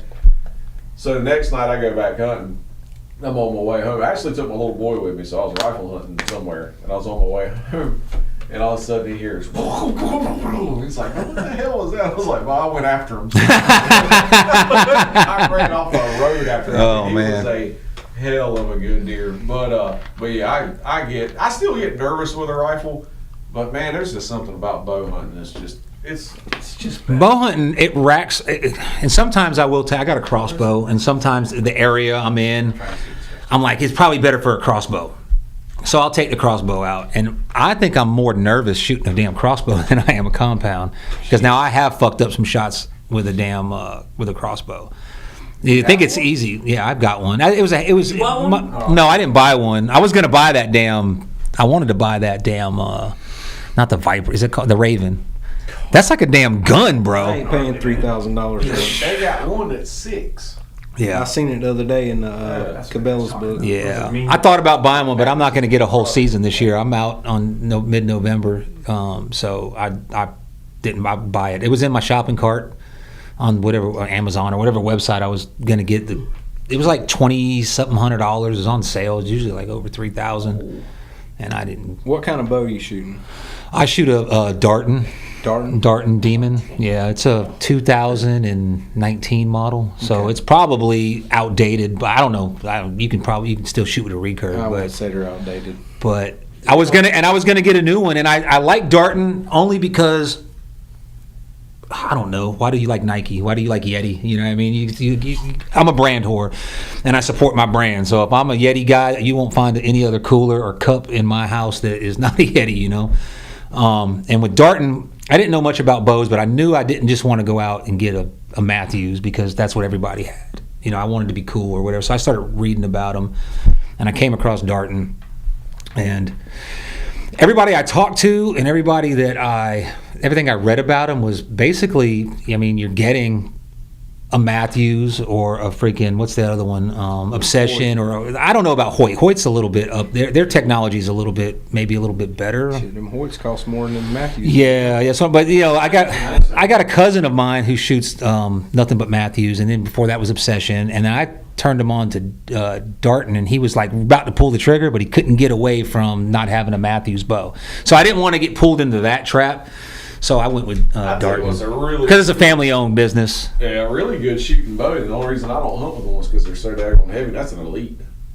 An elite is a really good shooting bow. The one that Gene had, I forgot what. They got that new carbon bow. Elite does? Man, I'm not paying the money that a carbon bow costs. What do you shoot with? Matthews. Matthews. Yeah. See, I'm a big I shoot the fan. Kmart, but I have a diamond, but it works for me. I have Diamonds made by Bowtech. Bowtech's good bow. I like it. I used to have a PSC. 100 years PSE, old. That's pull shoots. That's what I started with. a PSE Evo. Dream Season Evo is what it was, and honestly, that's probably the best shooting bow that I've ever had. Yeah. Dog Dream Season Evo? Yep. That's what my brother still hunts with. That was probably the best shooting bow I've ever Probably had. got the It's stock so stream on it, forgiving. too. I mean, it was just a driller. I mean, Yeah. and when I got to Matthews, I got a VXR 31, and man, I cussed that thing for a while because I didn't realize that there was so much. I was doing so much with my grip and stuff that I couldn't get it to shoot like the PSE shot, you know. So I had to change the way I was holding the bow, make sure I wasn't torquing the bow, you know. I think it was because it's such a bigger grip. No, That's it right there. the yeah. grip on the Evo was just basically like it didn't have no external grip on it. Yeah, the Evo is basically just. It's just a rail. Yeah. And when I got the Matthews, it had the big padded grip on it. I took mine off. I took it off and I put the help me out here. The that side wrap? plates. I put the The side plate, plates like the on, pistol grips. and then I did the Levi Morgan trick with the grip tape Okay. on the back side. You Good know, idea. Levi I need to do that. I do that on my pistols. That's a good. Yeah, that's You good. ever, you ever watch him, Levi Morgan? He's probably the best archer in the world. Yeah. If he's not, he's number 2. He's the Michael Phelps of the bow. Yeah, he's bad. Old- See, when you get that Sorry. technical and that good, that's when I feel like all that extra money and all the little bells and whistles come into play. But Absolutely. for like 35 yards, 20 yards, bow hunting, for me, it's just, I'm not going to shoot enough arrows through it. You know, some guys out there that, I don't know, you hear people like on the internet, like specifically Joe Rogan shoots about 60 to 100 arrows every day. I'm not doing that, man. I'm doing about 4. That's it. Do you follow Cam Haynes? Mm-mm. No. No. You should check him out. I will. I'll check him out. Cameron Haynes? Yeah. Yeah, he's pretty cool. Yeah. He got some good stuff. He's kind of like you in as far as kind of like diet, ways of thinking, different things like that. Oh, he's freaking jacked. Yeah, but Like he's Just outside the box type He's thing. probably Yeah. like 50 years old. yeah. Freaking ripped. Runs like 17 miles a day. Oh shit! Big Nope, these- nope. Don't compare me to him. Does these workouts that you know you're like, Yeah, Jesus that's cool. Christ, Yeah. what's going That's on? fun. Hunts elk and Yeah, he'll go like here. Bear. he'll be doing some I tell you what, if you're gonna hunt like that, especially elk, because you're walking in Midwest, you've got to be in shape. check him out. Check Yeah, some of his has to be. videos. I will. He's done a couple short movies that he's released in the last few months, and I mean he's just he's a good storyteller. He's a good dude. Easy to watch. His approach is. I good. watch some of these hunting shows on YouTube, Or was that the other? and some people are just boring with it. No, I can't Cam's watch married. them. There's one dude. Well, this at the time they weren't, but his girlfriend was it Cameron Hayden's or was it? I can't remember who it was. Another one. His girlfriend got lost hiking, and like he like literally went and found her. Like the rescue teams and all that stuff couldn't. But I can't remember who it was. He was on. It's either on Joe Rogan or on Steve Rinella. They were talking about it. It's pretty cool. I watch his show because it's easy to watch. Steve Rinella. Rinella, yeah. man, I like him like we talked about last time. He's so educated in his the way he talks, The way he delivers it, explains yeah. everything is just it's very easy to understand. It's free flowing. I watch guys on YouTube sometimes, and they're probably really good hunters, and they probably know what they're talking about, but the delivery is so dry, it's boring to me. Well, you know, everybody doesn't have charisma. right? Yeah. So you can That's be like explaining the it, guys. but if you don't do it, That's like the guys on Whitetail Edge, man. They kill giants, and I just can't watch them. I can't watch it either. I just can't. Yeah. There's that one guy. He's talking. I'm just like, oh no. Like Midwest Whitetail is probably like the king of kings as far as hunting shows to me. See, I don't think it's good since Old Boy left. I mean, I was Jared Mills. no. I like it better when he was there. When Bill Winkie left, Well, he still owns it. no, he don't. Bill Winkie sold all his stuff out. Oh, he He's sold doing his own everything out? thing now.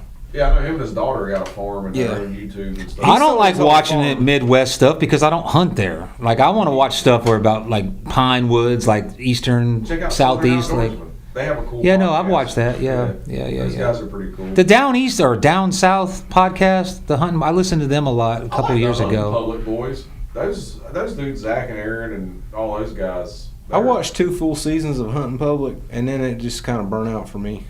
Yeah. When they started doing all that stalking the deer and That's stuff. when any reality kinda show, got you know, away from me. especially with the cars. It's I don't not know that if you they're guys. not good. It's Yeah. just, it's kind of like They have to fill I that, don't wanna so they see start that. doing drama and they start doing skits almost, like reenact something, and they. I can't watch reality TV anymore. There's a guy out in actually Washington State who hunts nothing but public land. He's got a really good channel, and he goes out and he demonstrates, like, everything he explains, he goes out and demonstrates and does it. And he's just a little YouTube channel. He has a real, like, Midwestern or, Oregon, West Washington accent. But he's really good, man, because he teaches you how to do calls. He teaches you about preseason stuff, and he'll go out and, like, he'll compare stuff. He'll go out with this and, like, 3 other things, and it'll be like, he does, controls and whatever, and he proves which one actually works and which one doesn't. And he's really neat, but that's all I watch. I tried to, like, when I first got into it, and this is when, like, podcasting was new and YouTube wasn't as crowded. I was like, all right, I just started hunting. I'm going to do a YouTube channel. I don't know what the hell I was doing, but I'm going to learn how to hunt pretty much. I mean, I knew the basics, but you get my drift, and I'm going to film it, and I get all the equipment, GoPros and all that. But when I find the same thing with surfing, when I first started surfing, I got the GoPros and the mounts. But when I get out there, you ain't putting a camera in my hand. I'm too busy. You're like, I'm hunting weird, man. Or I'm surfing. I don't want to be filming. And you have to enjoy that aspect. You got to have somebody like you got to find somebody. There are people that really love to film and take pictures of shit. You know what I mean? So there are people that like want to come with you hunting and film you. You got to find a guy or a surf photographer. Problem I have is because I'm a good surf. I surf well enough to where I don't, I can focus on what I'm doing. But I'm sure this was. I'm gonna actually try this season. I'm gonna put a mount on my bow because I want to take that I have that little '80s grandpa bow that still works. I want to take it out and just see if I can kill a beast with it. But I might mount my GoPro to my bow.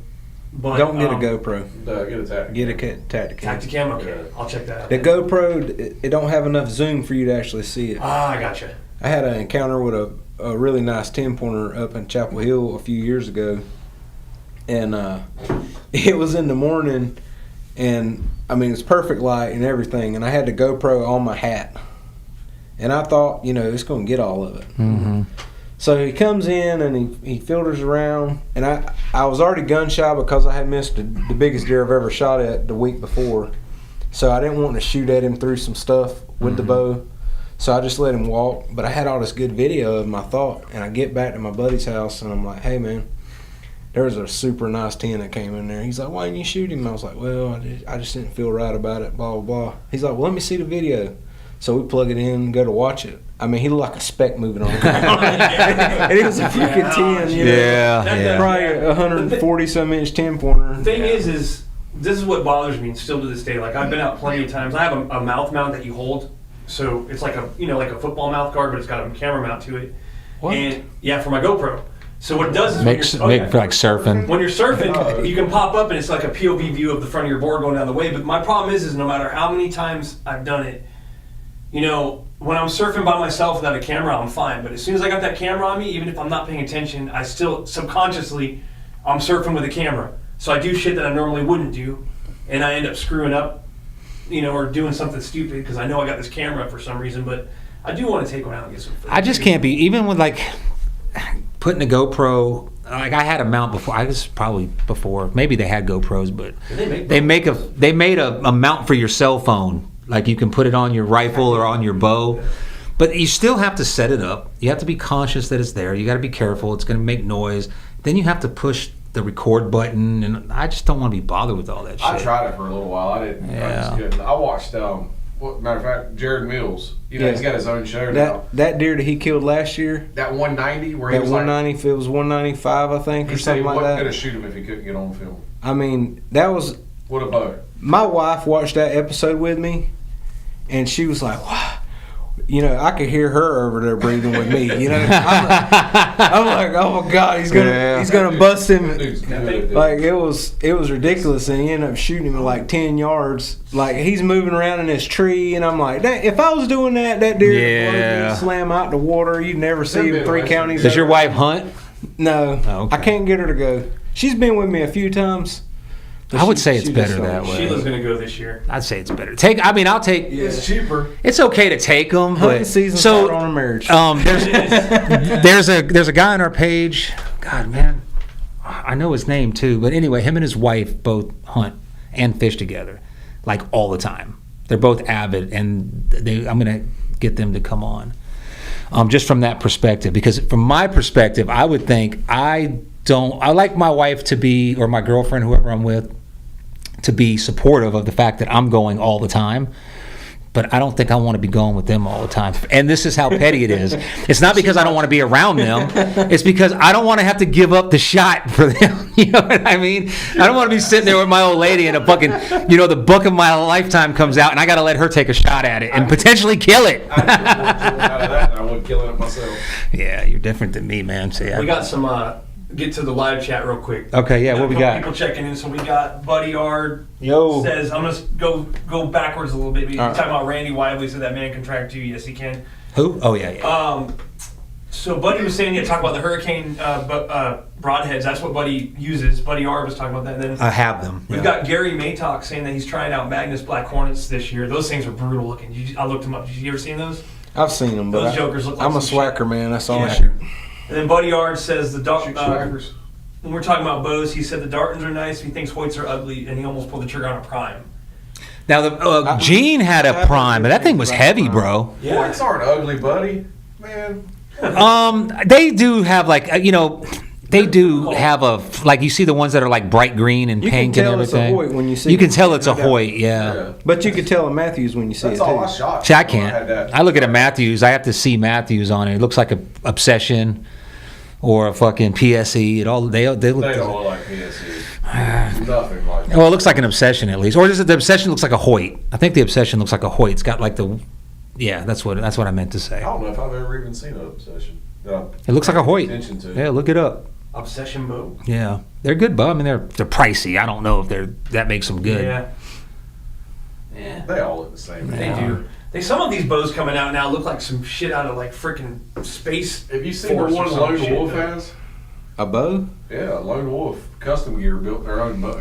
Yeah. It is terrible looking. So if you're in the club, the Facebook page, and you're thinking about getting into bow hunting, or you're going to buy a used bow, or you need to get yours tuned up, there's a guy on our page, Yeah. Gene McMurray, and I took my bow to him. He's good. He's got everything you need. He knows a lot about it, but he has. So that's me plugging him. Take your bow to him. Don't take it to Field and Stream or something like that. Maybe Godwin's because they're local, but Yeah. they're not on the page. We're plugging Gene McMurray, but he has a prime. Is it a prime? Is that what you said? Yeah. There's a That thing is freaking stout. That thing's a heavy bow. It's like milled. It looks like it's been milled out of a block of aluminum. And you know a heavy bow shoots better, right? Absolutely. Probably, yeah. Record. But that's one thing I like about the Dart and Demon is it's small. It's almost like a kitty size bow. It doesn't feel like it's too big, and I like it more compact. But I mean, it's a nice bow. I think he paid a good, and he's got like some high speed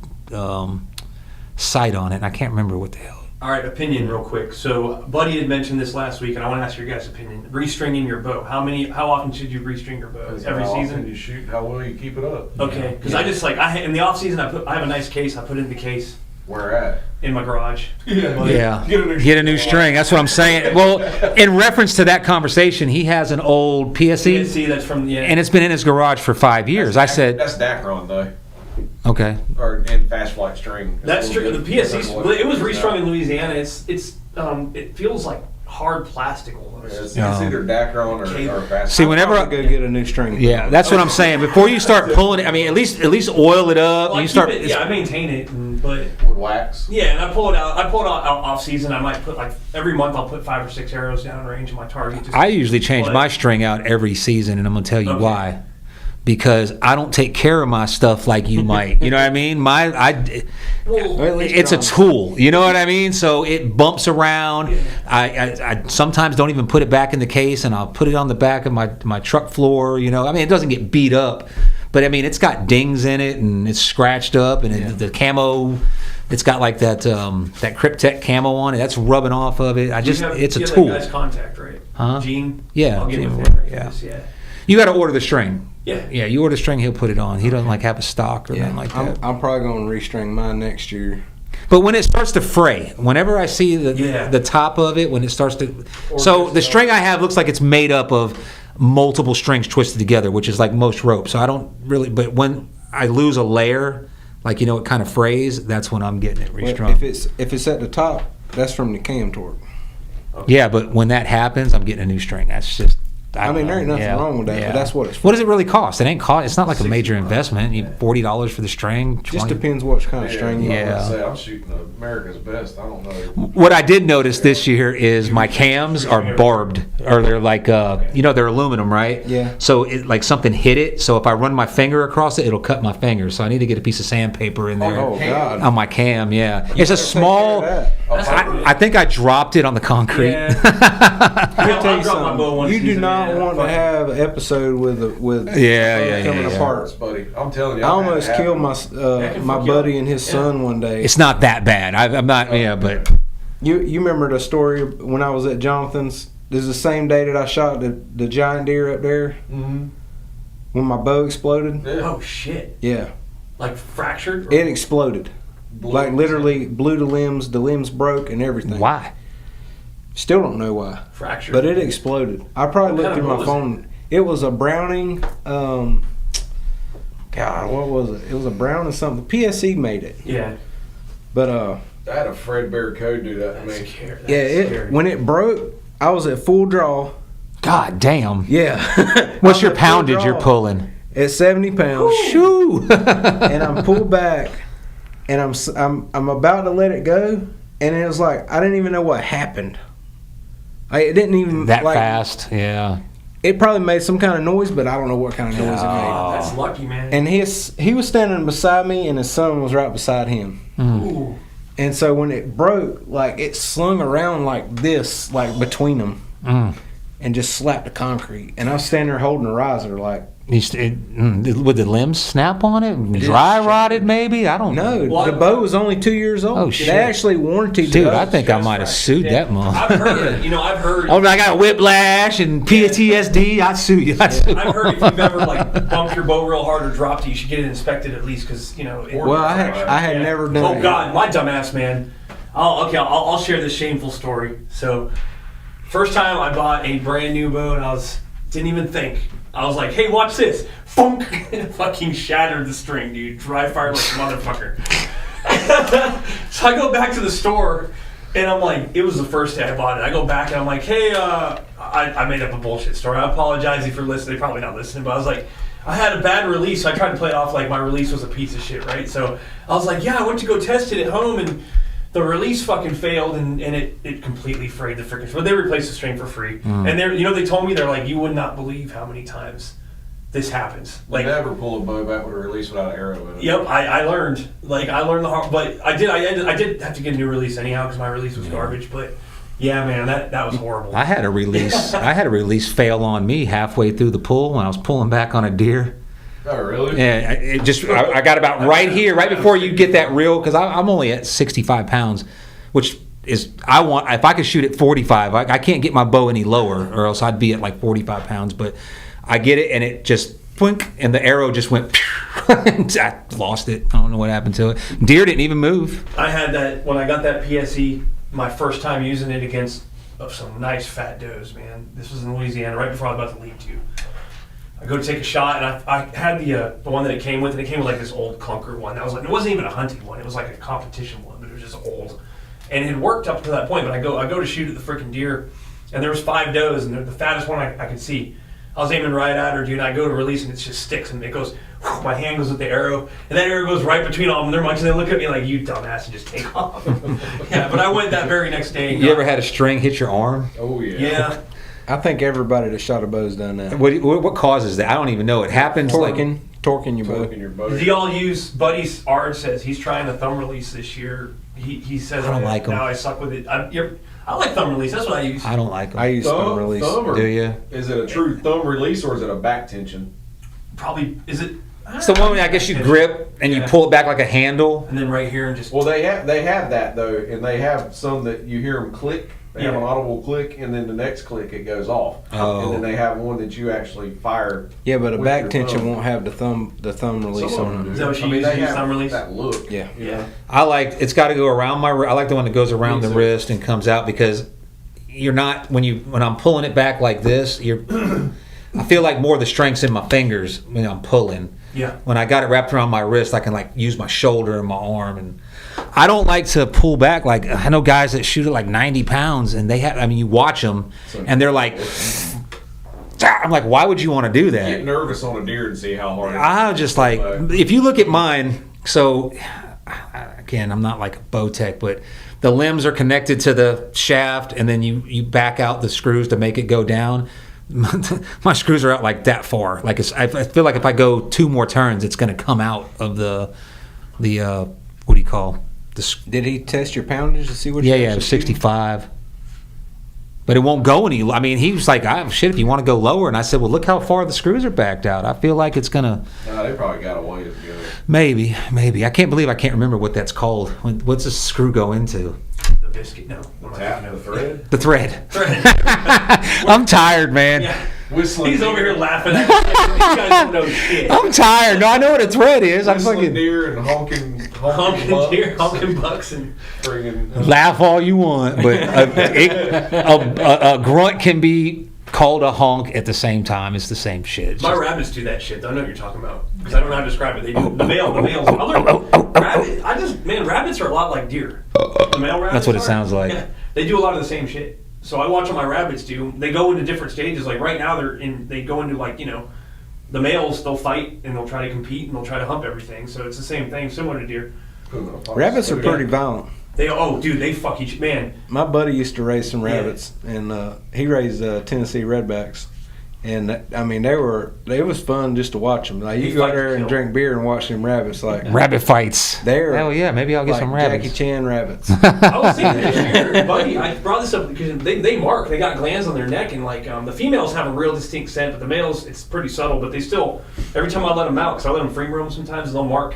But I thought maybe I should take my gear and let them mark up my gear because they're not fixed, so they have glands. So that might be a good cover scent. I thought about That's that. what I said. Maybe we're drawing some he said- coyotes anyway. He said, "Why don't you bring them out with a leash?" I said take them out and stake them to the ground on about 5 feet of rope and let them run around and just be a happy rabbit in America, and then you might draw a coyote in and get to shoot one of them. That bunny would have the time of his life out there. We had rabbits when I was a kid, but they were just them old stupid, white rabbits. That didn't really move a Yeah, lot. eating rabbits. They just did a couple hops. Yeah. in the food bowl. Lab rabbits, the white with the red eyes. You leave them out in the yard, forget, and come back, and they've only went 20 yards. I don't really, do y'all see a lot of wild rabbits out during season? Because I don't see shit. I don't see them at all, man. Hey, In my neighborhood, there must be 1,000 of them. this year is unreal. I guess the coyote population. Yeah, that's what I was thinking too, the damn because rabbits are everywhere. The coyote population's not down in none of my camera areas. I can tell you that. It is where I've been. I've seen a lot. I mean, I've seen a lot of rabbits. that's one thing. I've killed 4 bobcats, which I know people been hunting 25 years and ain't never seen a bobcat, but I ain't never got a shot on a coyote. I've come close, and I just with a bow. I've never got a coyote with my when I'm rifle hunting. It's always when I'm bow hunting, and I've killed 8 or 10 on those. I was watching a video on dying rabbit calls on YouTube, and I didn't know that the volume was on, and there happened to be a coyote around, and I hit play, and he came right to it. Yeah. Because using that type of call is illegal, so this was like totally accident. But he walked. I thought it was a freaking dog, like it. Because I was in an area where people walk. No, yeah, but I thought it was somebody's domestic dog.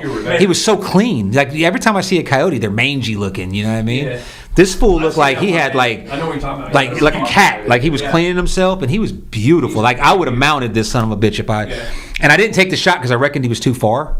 Until I got down to the bottom of the tree and I walked over, he was standing. It was 25 yards. Man, my dumb ass. I just was too high, I always watch when I'm out on my way. literally and figuratively. When I'm on my way to hunt, I always watch like calling videos, just something, like some little tip. Yeah. And I'll never forget, man. I got in the tree one night and I forgot to put my phone on quiet, and it was sitting in my pocket. And all of a sudden, I'm sitting there and I hear, "Rrr."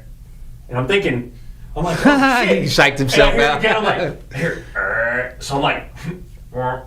And then I hear it again, I'm like, no way. And then I'm like, wait a minute. And then I pull it out of my pocket, and it's my fucking phone playing YouTube. You grunted back at the deer. You thought they were grunting. Yeah, dude. Oh, I got so excited, Oh, man. man. No, I have had instances where my phone where I butt dialed somebody and like Oh, they're on. so I have like this kind of like your bino thing. I don't have it no more, but I used a bino carrier, but I put it like a little pouch. Yeah. And I put my phone and stuff in there, my cigarettes and dip, whatever. And I butt dialed this. I think it was my last ex-wife. because I got 3 of them. I got to categorize them. And I'm sitting there, and I hear somebody talking, so I figured it's somebody walking up, because, again, I'm in an area where people are prone to walk through with their dogs and stuff. So I start looking around, and I hear it, and I recognize the voice, but I'm thinking, I know she's not out here. And then the thought crossed my mind that maybe she is, checking on me to make sure but how the fuck would she know her? And then it dawned on me that, so I have had my phone get me before. Probably 5 minutes. Cliff is I'm asking looking on the live chat, buddy, what did you do with that coyote he gave you last season? He tore that. I couldn't do nothing with it. Man. He shot it with a 30-06, I think, at close range. It was a big old hole. I just wanted to tan its hide. I was bored. Something to do. So I figured if he killed a coyote, let me have it. I just want to get his hide. They're nice. We used to trap them. We used to sell them to the fox pens, man. We used to trap. Oh, James White was doing that, man. I met up with him, I think, to give him some hoodies 2 years ago, and he had one in the cage. And he reached his hand. He was like, "Oh, they're docile, man." I thought they'd bite. I mean, they might if you test it, but they just kind of. No, we got to the point there. I wanted to take the thing home and pet it. We got tired of using a catch stick. We just walk up and grab them by the back of the neck, throw them in the kennel, take them to the thing. Poor coyotes, man. We normally. If you're a dog lover, man, it's hard to. No, it's not, because they're friggin'. I know, but when they're in their element, I got no problem. But when you got them in a cage and they're just scared and they're like, "Oh God," they remind me of a dog. Imagine how that fawn felt. Whatever. Whatever. If that fucker's, you want to be the man, beat the man, bitch. I'm hoping that you've seen him out there, that big boy in our area. Yeah, that's the one I'm talking about. I thought he was someone's damn pretty dog, man. Dude. I went out one afternoon and I was walking into my spot and I stopped. And I was at a bow with me. I was way out of range, but I looked at him for a second. I'm like, is that a fucking German Shepherd? Fucker's huge. He's fluffy too. He's not mangy and short haired. He's got his mama might have been a damn. His mama might have been a German Shepherd or something, or a Husky. You ain't a real coyote. He's big though, man. If he's still out there, I'm gonna I swear I seen a wolf on Fort Bragg, a red one. No, Nah. I don't know. There's very few. They're rare. There are very few of. Most of them are on our northeastern North Carolina. You're out southeast or southwestern. No, south he's of here, right? No, he's in the north side. Yeah, they'd be northeast. I literally live on the Harnett County line. Oh shit! You said Linden? Yeah. I live off It's a of. Linden address, but okay. I live on the Harnett County line. Y'all got a lot of bears. That's where I live, out in that area. I live on Andrews. A couple years ago, I had. It's probably been about 5 years ago now. There was one. There was one bear that was probably about 400 pounds. I seen him during turkey season, and I actually had an encounter with him during bow season. I wanted to shoot him so bad. He wasn't in season yet? No, because bear season don't come in until November sometime. I shot one in Harnett County November. the day bear season opened up. I couldn't weigh him because I was at my buddy's property, but he was every bit of 300 pounds. When Peavy had him, had his head, he had his neck to his ceiling, he probably had about another 2 feet draped on the floor. He's a tall motherfucker. When I was a kid, man, male. People talk about we never have bears up in our area and stuff, but they're full of it, man. Now they are. I used to have a picture of a bear when I was I guess I was probably about 6 or 7 years old, somewhere in there. We were on the way to school one morning, and one of the neighbors that live on our road had ran over one on his way to work that morning. Mm-hmm. And it was like a 400-pound sow, and she had 2 cubs with her. But it absolutely demolished his truck, And that's been, like I said, 30 years ago. I don't like bears. But bears are that bear came in that evening on me, and that's the closest I've ever been that I knew about to one in the wild. Yeah. But when he came in, I'll have to say it was a little bit unnerving that he came in and I'm sorry. He come in and he just laid down on the corn pile like this. Yeah. And just starts raking handfuls. Look like a coon. You ever seen a raccoon? He did the same thing, and I watched him eat for about 40 minutes, and it got dark, and then I was like, now you gotta walk out. Get out this tree. Yeah. He's only 15 yards from me. Now I'll watch him on a corn pile, but I see sometimes on videos they'll climb a tree, and the hunter will just be like, "Oh, am I okay? I'm shooting you you." see them up in Canada and I ain't taking a chance. Dude, yeah. Their population's, incredible up there. Yeah. I got a buddy who, They have more, but they're not as heavy as ours. Alaska Some bears don't hibernate. So Yeah. in Hawaii, when I was stationed in Hawaii, Alaska's only a 5-hour flight straight from Hawaii. It's actually really easy to get to Alaska. So I had a buddy that used to go and salmon fish every year, and that dude would be out there. He had to bring a freaking shotgun with slugs, man, because there'd be grizzlies out there, and they don't like when you're in their area catching fish. So they bring a shotgun out just to go fishing to protect from bears, because that shit's crazy, man, up in Alaska. Did you see the video a couple weeks ago that this couple was getting married on this river up there? I ain't seen it. And in the background, like, it shows the couple standing there holding hands and getting married, you know. And in the background, there's a grizzly killing. What was he killing? It was like an antelope or something, like a fucking. No, it was a deer. Was it a deer? And they're like, "Oh my god!" He was on the riverbank just tearing it apart. And you can hear the dudes that like there's there's some sweet boys in the back. I'm like, "Oh my god, this is terrible." Yeah. Someone, oh my god, I can't believe this is happening. Like, Some of them Holloways. The third time I got married on Lake Eufaula, There's some whistling fiends. and there was as we're getting married in the background, there's like 2 alligators floating by, like almost like we hired them to come in because Lake Eufaula, and they got gators. There's a down lot there. of gators in there. Yeah. Big ones too, big fucking gators.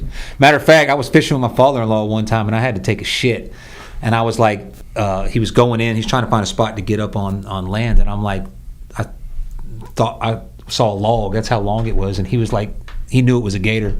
He was like, "Yeah, go ahead and get up on that log." He got up there. I seen that damn thing move. That thing was about 9 feet long. I wish they would have it. I know the populations are coming back here, especially around. On the way to surf next time, Alligator Creek. That's what it's Yeah. called when you're crossing. I don't think we need alligators. I think they can just go ahead and They're go good to away. eat, dude. Farm them for boots, because I love alligator skin and all that. But as far as being in the wild, that's one thing I don't want to worry about when I'm walking through the Alligators ain't woods. bothering nobody. I gotta worry about the boogeyman when I'm walking through the woods at night or in the morning. I don't want to deal with no alligators. Do alive because they want everything pretty much rotten and decay. So they'll stuff you under a log to die. Do you know where Angel Trace Golf Course is? I don't even know if it's Angel Trace anymore. They might have changed the name of it. Where's it at? If you go to Sunset Beach, and then you're going to go to back way into Calabash. Yeah, I know that way, yeah. Okay. I used to live You down know that where you way. cross it and your waterway's on this side and the big pond's on this side? Yeah, And yeah. then there's a little pond beside Yeah. the big pond? Mm-hmm. We were fishing those golf course ponds in March when I was 18 or 19 one day. And we're going up the bank. We're throwing buzz baits. They're blowing these buzz baits out of the water. And the gator was up there on the bank. So we're just steadily getting closer and closer to the gator, you know. And my cousin's like, "Oh, he's fine. He ain't going to bother you, know." But I ain't never had an encounter with an Right, alligator yeah. at the time. And I just get closer and closer, and the gator's just laying there like he's froze, ain't moved. And then I get maybe 15 feet from him, and he done a damn spin. Yeah. I mean, I probably sharded myself. But he went right back in the water like, you know, he just didn't want me near him, but he was just laid out there sunning. When I lived in Little Big River, gator. South Carolina, with basically Lot of Myrtle gators Beach. down there. Yeah. Yeah. And I lived in Heather Lakes, I guess was the name, and I had a lake in my backyard, and there were gators. They were small ones. I never saw them big, but you know, it was one of the things I had. Like my son was like 2 or 3 years old. I didn't let him go play outside. Yeah, but, yeah. We were down there with my buddy Matt. He was catching them on string, on line and a hook to relocate them out of like neighborhoods and stuff. And he caught one probably 8.5, 9 foot long. Not a real big gator, but to us a big gator. Yeah. And my buddy William was like, "Man, I want to jump on his back." Matt's like, Go ahead. You do it. So they drag him up on the Well, that's how you wrangle them, right? And, I guess. Yeah, if you're an idiot. So William stands over, like comes up behind it, just falls on its back, and just pins its head down to the ground. Matt's like, "All right." And William's like, "Oh, that wasn't so bad." And Matt's like, "Yeah, that's not the bad part." Yeah, Like, get off. Now you got to get off of them. Yeah. He was like, "Oh shit." Was he croaking like? I don't remember. Okay. We shortly after. They shot they him. make a terrible sound, Yeah. growling sound. That's, man, when I was in Louisiana too, and those fucking things, like, there was a dude, the Sabine River, y'all know the Sabine River's at, and right at Yeah. the border, yeah. There was a guy, there's a marina there when you cross over from Fort Polk into East Texas, and there was a dude drinking, this is while I was at Polk too, it was 2013, and there were a bunch of, young dudes drinking on the pier, and this guy was trying to impress these girls, and it literally says, "Don't swim, because fucking gators," and his last words were, "Man, fuck them gators," and he jumped in, and within a minute, he was God. Really? Oh yeah. Oh, they fucked him up, dude. Yeah. There's been. Here's your son. Exactly. Darwin's Literally. Award. And they're pretty brutal. And they said in Louisiana, man, like something like they said there's the wild gator population is the same as the population of Houston, Texas. Like 2 million gators. So Damn. any body of water you go to in Louisiana, especially like. Well, you're talking about a state that's pretty much nothing but water, too. Yeah, they're everywhere. Like my kids, they had the lakes on post and shit, but my guys. I ain't never seen a nice part of that state. Dude, yeah, they got. I ain't never seen a nice part of that They got state. those wild boars too. Baton Rouge, A buddy of ours went to, Shreveport. where did Britt go down there? Oh, I remember for the line. Where they do Mardi Gras? What's the town? New Orleans. New Orleans. Yeah. He went to Now I like New Orleans now. He said, "Man, I don't care if I never go see that shithole again." Yeah. Yeah, it's not. It is smell the like nothing but worst. shit. Yeah. It's one thing. But I'm gonna tell you what, when the sun goes down on Bourbon Street, I don't care who you are, as long as you're drinking, it's a good It's good fun. place to be. It's Yep. fun, and the food is like the best food in the country down there. Cause there are restaurants down there. You want to gain some weight. Mardi It's like Gras- so French influenced. Everything's got butter and That's what cream, my buddy said. He said, man, everything down there. He said, it's worth to go in there to Yeah. eat. just to eat. To Yeah. eat. You That's- drive the that's 10 it. and just stop. You get a Bloody Mary that's like Actually- an appetizer. It's got shrimp and bacon and okra and all this beans and carrots and. I think Donald Hutchinson started drinking or something. Why? What do you say? He's texted me. He's like, Gene's last name is McMurray. That's what I said. Who were y'all talking Oh no! When I first brought his name up, I said, "What's his last name?" McMurray. He's the Bowtech. He's the Fort Bragg Hunt Club Bowtech. Let's call him Is that. that thing that far behind or something? Yeah. It lags. Yeah, it Yeah. lags. And it depends on where you start. Like if you go on it right now, you'll basically start over from the beginning. You won't I don't know. You won't When come it's in. live? I don't know. Yeah. Maybe because I noticed that whenever I was leaving last time, we were done, and I went to hit the button. You had told me that it was private, so I made it public, and I went to Yeah. watch it, and it basically started me like 5 minutes into it or 10 minutes. We were well it into lags it. a little bit, and I think it's a new thing because people do stuff like commit suicide online live and stuff like that. So that it's always What kind of lagging shit a are few you minutes. watching, man? No, You people come up with do the that. weirdest stuff. No, they do, man. Yeah. I know what he's talking about. Yeah. We gotta get you a job, buddy. Yeah. We got to get you a mission. No, it was a big thing. Can we get you a garden? Let's just get him a garden. Something you got to get up and water in the morning. Get him out of bed. In the next couple weeks, you won't be able to get a hold of me, man. I'll be Yeah. in the woods all the time. So we were talking about bears and stuff like that. I was watching this thing. So the rule in Montana now is if you shoot a elk or something or a deer and a bear gets there first, it's his. Oh shit. Yeah. What? Yeah, it's his. You got to let him have it. Really? So It's they've been awesome. doing this now for a few years. So now the bears have learned to just hang out and wait. They hear a shot, they go right to it. They know there's something dead there. So Really? it's an issue. They're having to have meetings and how do we you got to let us kill these bear because they're getting trained now, and I guess that it They're hurts having the a lot of trouble population. with the wolf population Yeah. out there. Wolves are starting to get like that. Yeah, I wish we had wolves. That's one thing Well, I've you always don't. wanted to kill. I just want to kill one. But they're vicious. You know, They're I just Yeah, want to yeah. kill it. I want to mount it. They might kill you first. Yeah. I'm a They're big not a tree. coyote. Yeah. Michigan's been having a lot of problems with wolves too. Yes, the Upper Peninsula, I believe it is, that's having issues. Wolves They're, are they're dope, coming though. on down though. They're moving all through. But then we got them in North Carolina. They put them up in Roanoke. Red Those are wolves. different. That's A red wolf's maybe Little- 65 No, these are pounds. fucking white. These are not the red They could wolves. survive in our climate, especially up there. Their coats are too thick. You can't take a deer from Michigan and bring him down here and you won't make it through the summer. It's like you ever see people with huskies down here? They're always, even in the winter Yeah, time, they're like. I feel crazy. sorry for them dogs, Yes. man. And it's- People now, Wolf. I'm not a big dog. I like dogs. I like your dog. I like dog that goes home with you. And I had a dog, and I love that dog. But I don't think that anybody, if Belgian Malinois specific, I don't think that they should be legal for regular people to own. You still have yours? No, since I was moving, I got a buddy of mine that is like a dog trainer. Yeah. And he had a dog that it was. See, you got the Belgian Malinois, German Shepherd, and you got the Dutch Shepherd, and you got the Czech Shepherd. They're all basically the same temperament. So he had one for about 9 years, and it just died suddenly.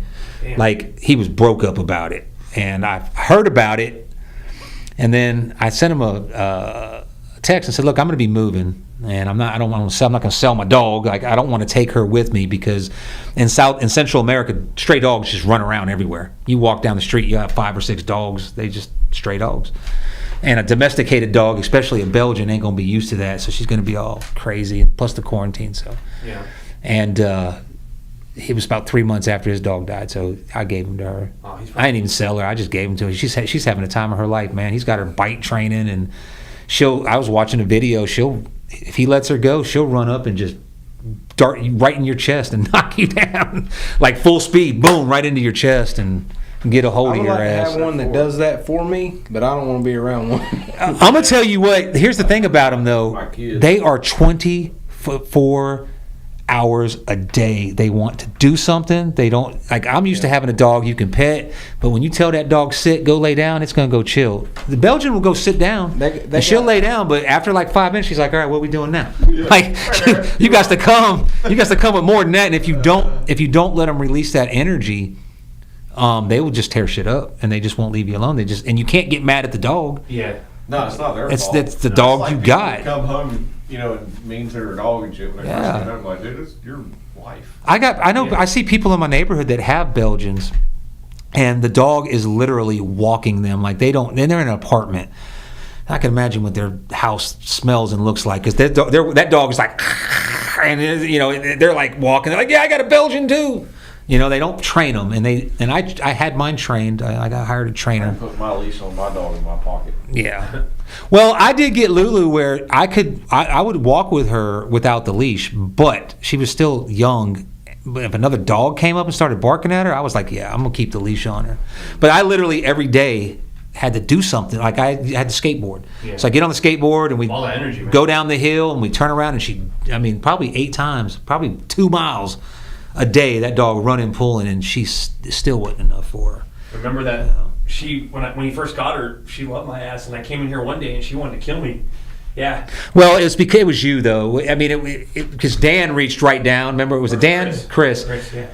Anytime you're showing a dog, I don't know if I should touch. I don't know if I'm going to pet her. You're kind of skittish. They pick up on that. They sense the fear. And they're like, well, why is this motherfucker scared? What do we need to be scared of? And then, Yeah. and I drive a dog crazy. Apparently, I talked to a dog psychologist when I was in Iraq. They actually have dog psychologists, bro. That's what he told me the other Serious, day. man. That's what I told you. Oh my gosh. I'm not like that white that I went and got one. He was a dog handler. No, I was telling him the other day, I was like, I'm about ready to shoot Axel. He's like, man, you need to go see a dog.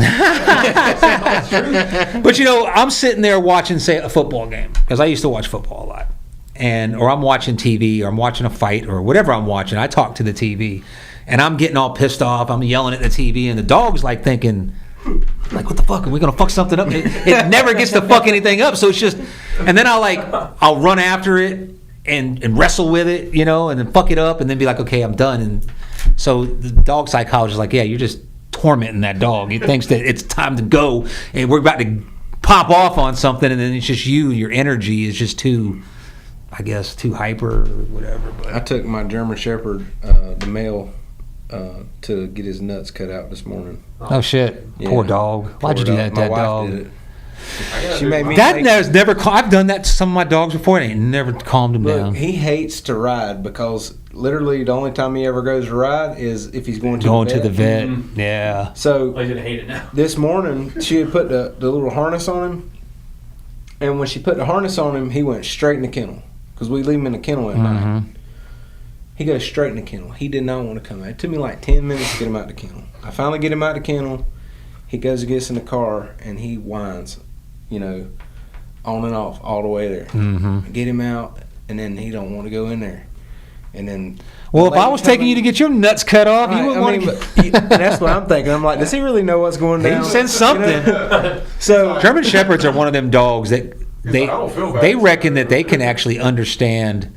Now, don't quote me on this, but they're one of the breeds that can understand what you're saying. Like they can understand like more words than typically a dog understands. You say sit, it hears the punctuation and like the T part, or the S, and it knows. But like they reckon that these German Shepherd and like the Belgian Malinois, they can actually understand words that you say. I know that the other one that we have, the female, her name's Luna. I know that Luna is like her personality and everything. She's totally different. But Max, he's 85. He was 85.6 pounds when I weighed him this morning before they took him back, and he is just a freaking goofball. Yeah. Like he's not what you imagine a German Shepherd. They Now, can be. somebody He's rolls probably up a in the show yard breed. and Is you he a don't know. show line? Do you I know? don't know. I don't have papers on them. Oh, okay. Probably a show line Good then. dogs though. Good. Because you got to get, when you get it, see, there's the thing. You can get a dog like a German Shepherd from a working line. And when you get him from a working line, his genetics are going to be to work. He's going to be more agile. He's going to be more hyper. He's going to maybe be even a little bit more intelligent. When you get one that's for a show line, they're a little bit more docile, calm. They're still great dogs. They're just better for a family. Yeah. I mean, and I went out and got a working line. Like my dog that I bought was on its way to special forces. Like it was had made they come in, they check him out. Right. And they're like, okay, he's got all his After they make teeth. all the checklists. Yeah. And she was checked out, you know. So then I got her before she went because she was like this darker red color almost, not that light brown, but Yeah, Belgians are beautiful. no, I love them. I like the ones when they got the black face. Do they still shed as bad as a regular Shepherd? No. I mean, they shed, but they don't shed as bad as a German Shepherd. I can tell you that right now. Them German Shepherds freaking shed. I couldn't. I could not believe it. That's some bitch a lab of mine. We have to vacuum every all day. year round. Now they shed, but I had a German Shepherd. I had I had a German Shepherd a long time ago that I inherited, but I had a blue healer, and I had That's all like them little bastards are mean. They're bad. They're fun dogs, man. They're one of the smartest breeds. Yeah, they ain't smarter than a Belgian, but they're smart. They're not good around. They're a good dog if you going like if you work in your truck. I worked in my truck. That's my office, so I was like my little travel buddy. My dog was gonna go with me, but she left hair, and I didn't have leather seats in my truck at the time, so it was just Mad dog hair everywhere. See, I was told- And I'm like OCD, man. I'm in there every day with a lint brush trying to. I was like, this dog ain't coming with me no more. I heard the blue healer didn't. Oh, they shed. Oh yeah, they shed. Do you have your dog trained to deer or no?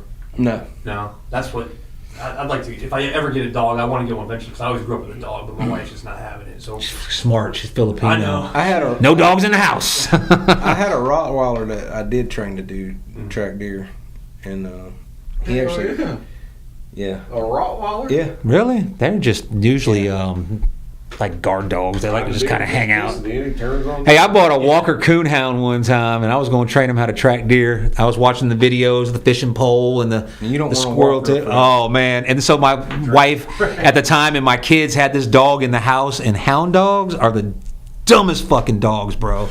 I couldn't train this dog. It's like a spray paint can walking through the house, like fucking rattling around, knocking shit over. So I gave her. Look, I'm getting out of this fucking situation. I gave him away to this lady that like loves dogs. You know, just like a dog lover. Like these are my children. You know, she called me like 4 days later and left a message. She left. I told you, you got to keep him in the kennel. This is a hound dog and he's a puppy. You don't want to just leave him in the house. You should know that. You got like chewed 6 the whole dogs. house up. He chewed. She sent me a picture. She texted it. She left him in the kitchen, and rather than jump over the gate, he chewed through the sheetrock into the living room, and then tore the cat. I was like, I didn't even call her back because I ain't coming to get that I told motherfucker. you about my buddy with his, and when he met his, what ends up being his wife, she had a dog that had separation anxiety, and they put it in the kennel, and they came home after dinner, and it was sitting on the front porch. holy shit! And some bitch ate through the exterior wall. Oh, that's awesome. Damn. That beagle that I used to have when we had our old trailer, it had a big window unit in the kitchen, like one of those big ones you got to put the post on. Yeah. And I came home one day, and Wells left him in the house, and he was gone. Like, I know I locked the door. There was nobody here. He was gone, out of the house, completely gone. I was like, I'm looking under the beds. He done hung himself in the closet, Yeah. something, you know. And so I called my wife, and I'm like, Cash is gone. She's like, what do you mean he's gone? I'm like, he's gone. Like, I come home, he's not in here. She's like, how did he get out? Like, he can't get out. He didn't open the door. I'm like, I'm telling you, I don't know how he got out, but he's gone.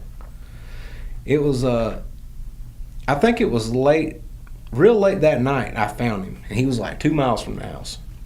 How the fuck did he get out?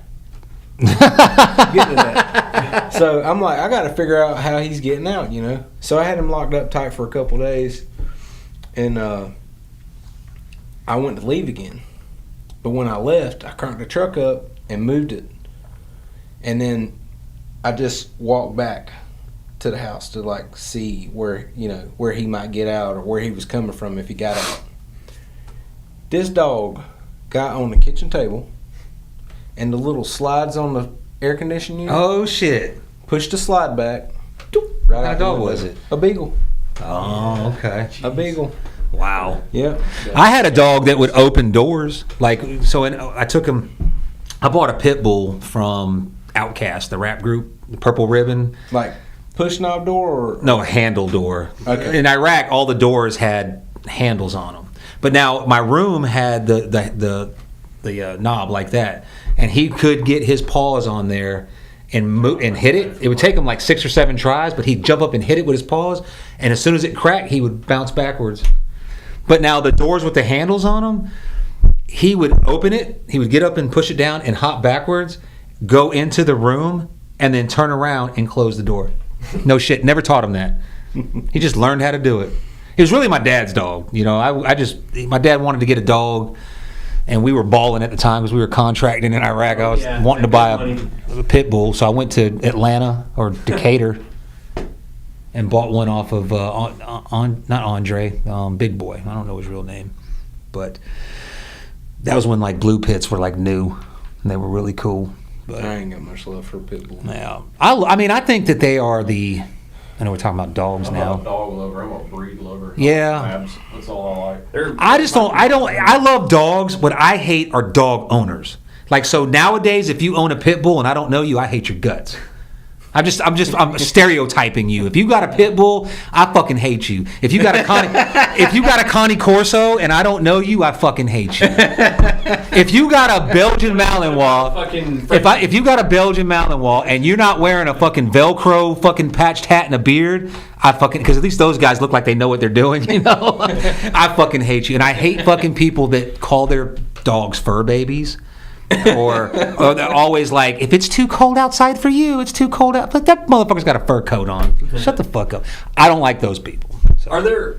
There's dog training on Bragg right now, right? But you can't hunt with fucking dogs in North Carolina unless it's raccoon, right? Well, birds. You can't hunt deer. They hunt with rabbits. Yeah, you can. rabbits and You can deer quail hunt and dogs? Yeah, you Where? can bear hunt. not on Fort Bragg. You In can't. Harnett County, Moore County. Harnett. Yeah. You can Yeah, bear- right there in Rayford. I mean, that's why I Okay. killed my best deer. I was packing up because they were dog hunting in Rayford. I think I was out in Scotland area County. you Pretty too? much everything on that line up I to like that over you there. can in Wake County. That's good. Wake County. For like half of Wake County and then everything east. Okay. Yeah. But it's later in the season, right? No, as soon as gun season Oh, opens. Okay, Yeah. that's good to know, man. So you're hunting Fort Bragg this year, or are you just hunting private land? I'm hunting both. Okay. Yeah. So, all right. Well, I was going to ask you about strategy and stuff, but we're already damn at 2 hours. I think we're past all I that. mean, whatever you want to ask. Yeah, let's get a little. Well, we were supposed to go into late season last time. We kind of missed it, but. if you guys- Well, I think we should stick with early season. So Yeah, 'cause we we asked Bennett, we've all talked about it. You're going out to Bragg right now. What are you looking for? Like, I know you know your spots, but if you just want to go scout, like maybe I ain't never been to area BB, I'm going to go in there. What are you looking for as soon as you get in there? I'll start riding the fire breaks Okay. first of all, just to see where movement is. I know everybody said that, but I mean it's kind of a go-to. You may not find the deer that you're looking for, but you'll find deer movement. And then I'm gonna look for food. I've noticed there's a lot of grapevines that are loaded this year. I found some persimmon trees that are loaded. It looks like there's going to be a pretty decent acorn crop, Yeah, I'm seeing more. Oh yeah. but the acorn crop's going to be late. Yeah. It's not going to be early. What about them blackjacks? They're supposed to be dropping this year, They right? are loaded. Well, from what I've seen, they're loaded. Yeah. All the post oaks. I didn't see any post. All the persimmon trees, I'm starting to notice more. Like they must have did a burn or something in this area and killed them all because they're not. I mean, there's one that's like years old. I mean, it's a Yeah. big persimmon tree, but a lot of them are just like 6-8 feet tall. They produce good. But they still produce. You know, they're still growing. That's why we went the other day. There's 8 of them. And you'll get Last a year, garden. there was- Everybody talking shit about that stand that I posted. Remember, I wasn't joking on the guy. I know that the Fort Bragg Hunt Club, a serious thing can become just like Juniper Creek real quick. But there is this stand that's been there for 3 fucking years, and I've never hunted. I've stayed away from it. I've never seen anybody in it, and I hunt this area a lot in the early season. So I take a picture of it because I want to know whose it is, so I can find out when you're, so we're not hunting. Because where I hunt is literally like 50 yards away from there. Yeah. And sometimes like right in the area, But everybody was like, "Oh, it's right on the road." But that's actually a pretty dope spot, man. You wouldn't think it from looking at it. The roads don't matter. I know, but that's what I'm saying. Everybody was like, "Keep laughing." That when you get to this spot, and that tree's like this wide. So if you sit still, you got that cover right there. If he's looking up at you, you've got the backdrop from across the fire break. But that whole area there, and there's a little field right there, and there's all acorn, like blackjack oaks, acorn, oak trees and persimmon trees. Them deer like them damn, especially them acorn trees on the road because they don't have to nudge around and look for them. They just pick them up. And this area, from what I've observed, if you're sitting in that tree and you're facing that way, the deer are coming. There's like, because the fire break drops down like 6 feet, and so there's like a hill, and you can see where they've basically carved out a little trail. And every time I've seen them coming from that, they're always coming right underneath that tree, right through that field, which used to be a food plot. And then there's persimmon trees all around there. I was gonna. Are you gonna put a stand up on Bragg? You do freestyle, just climber. How do you roll? Saddle. I have not got ballsy enough to just put a stand on Bragg. Well, I'll take that back. I do have a ladder stand that I put up last year because some dude stole the ladder stand. The damn picture of some bitch I was dragging going it through. out. Oh shit, was that you? Did you? Yeah. Oh, was the dude with the fro? No, he didn't have a fro. I mean, he looked like he might have been ex-military. I mean, I don't know. It might have been his stand.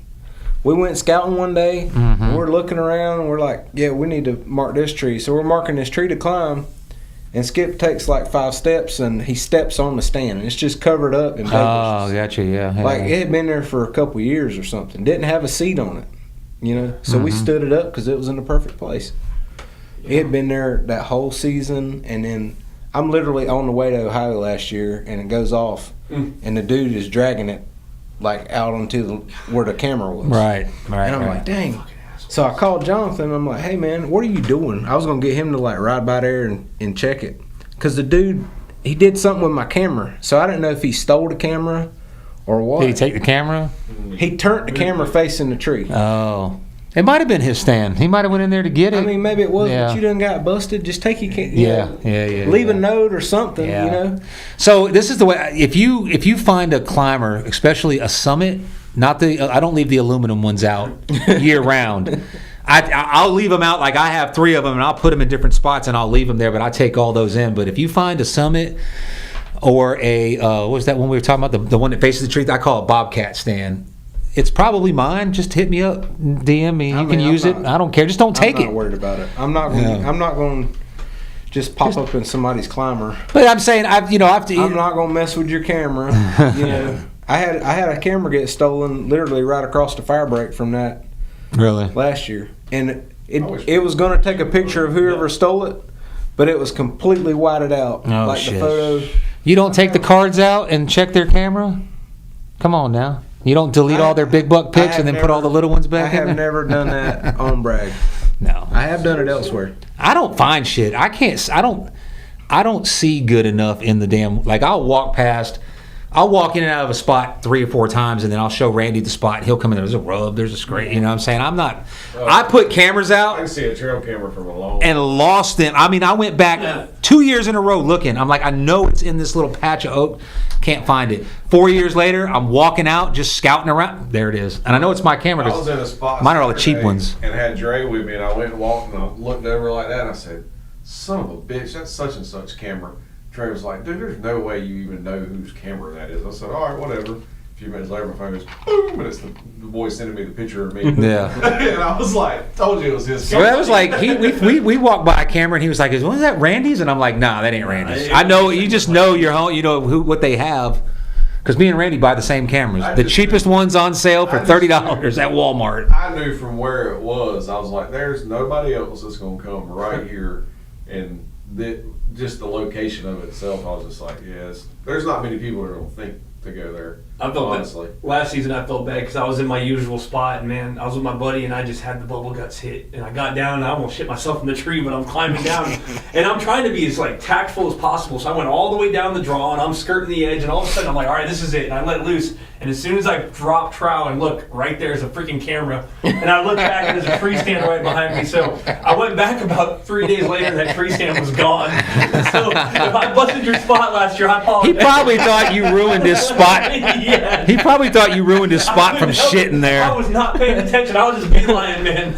I went as far as I love could. to have been that son of a bitch and checked. I would have posted that shit all over. Like, damn, that's a good deer. That's a what the?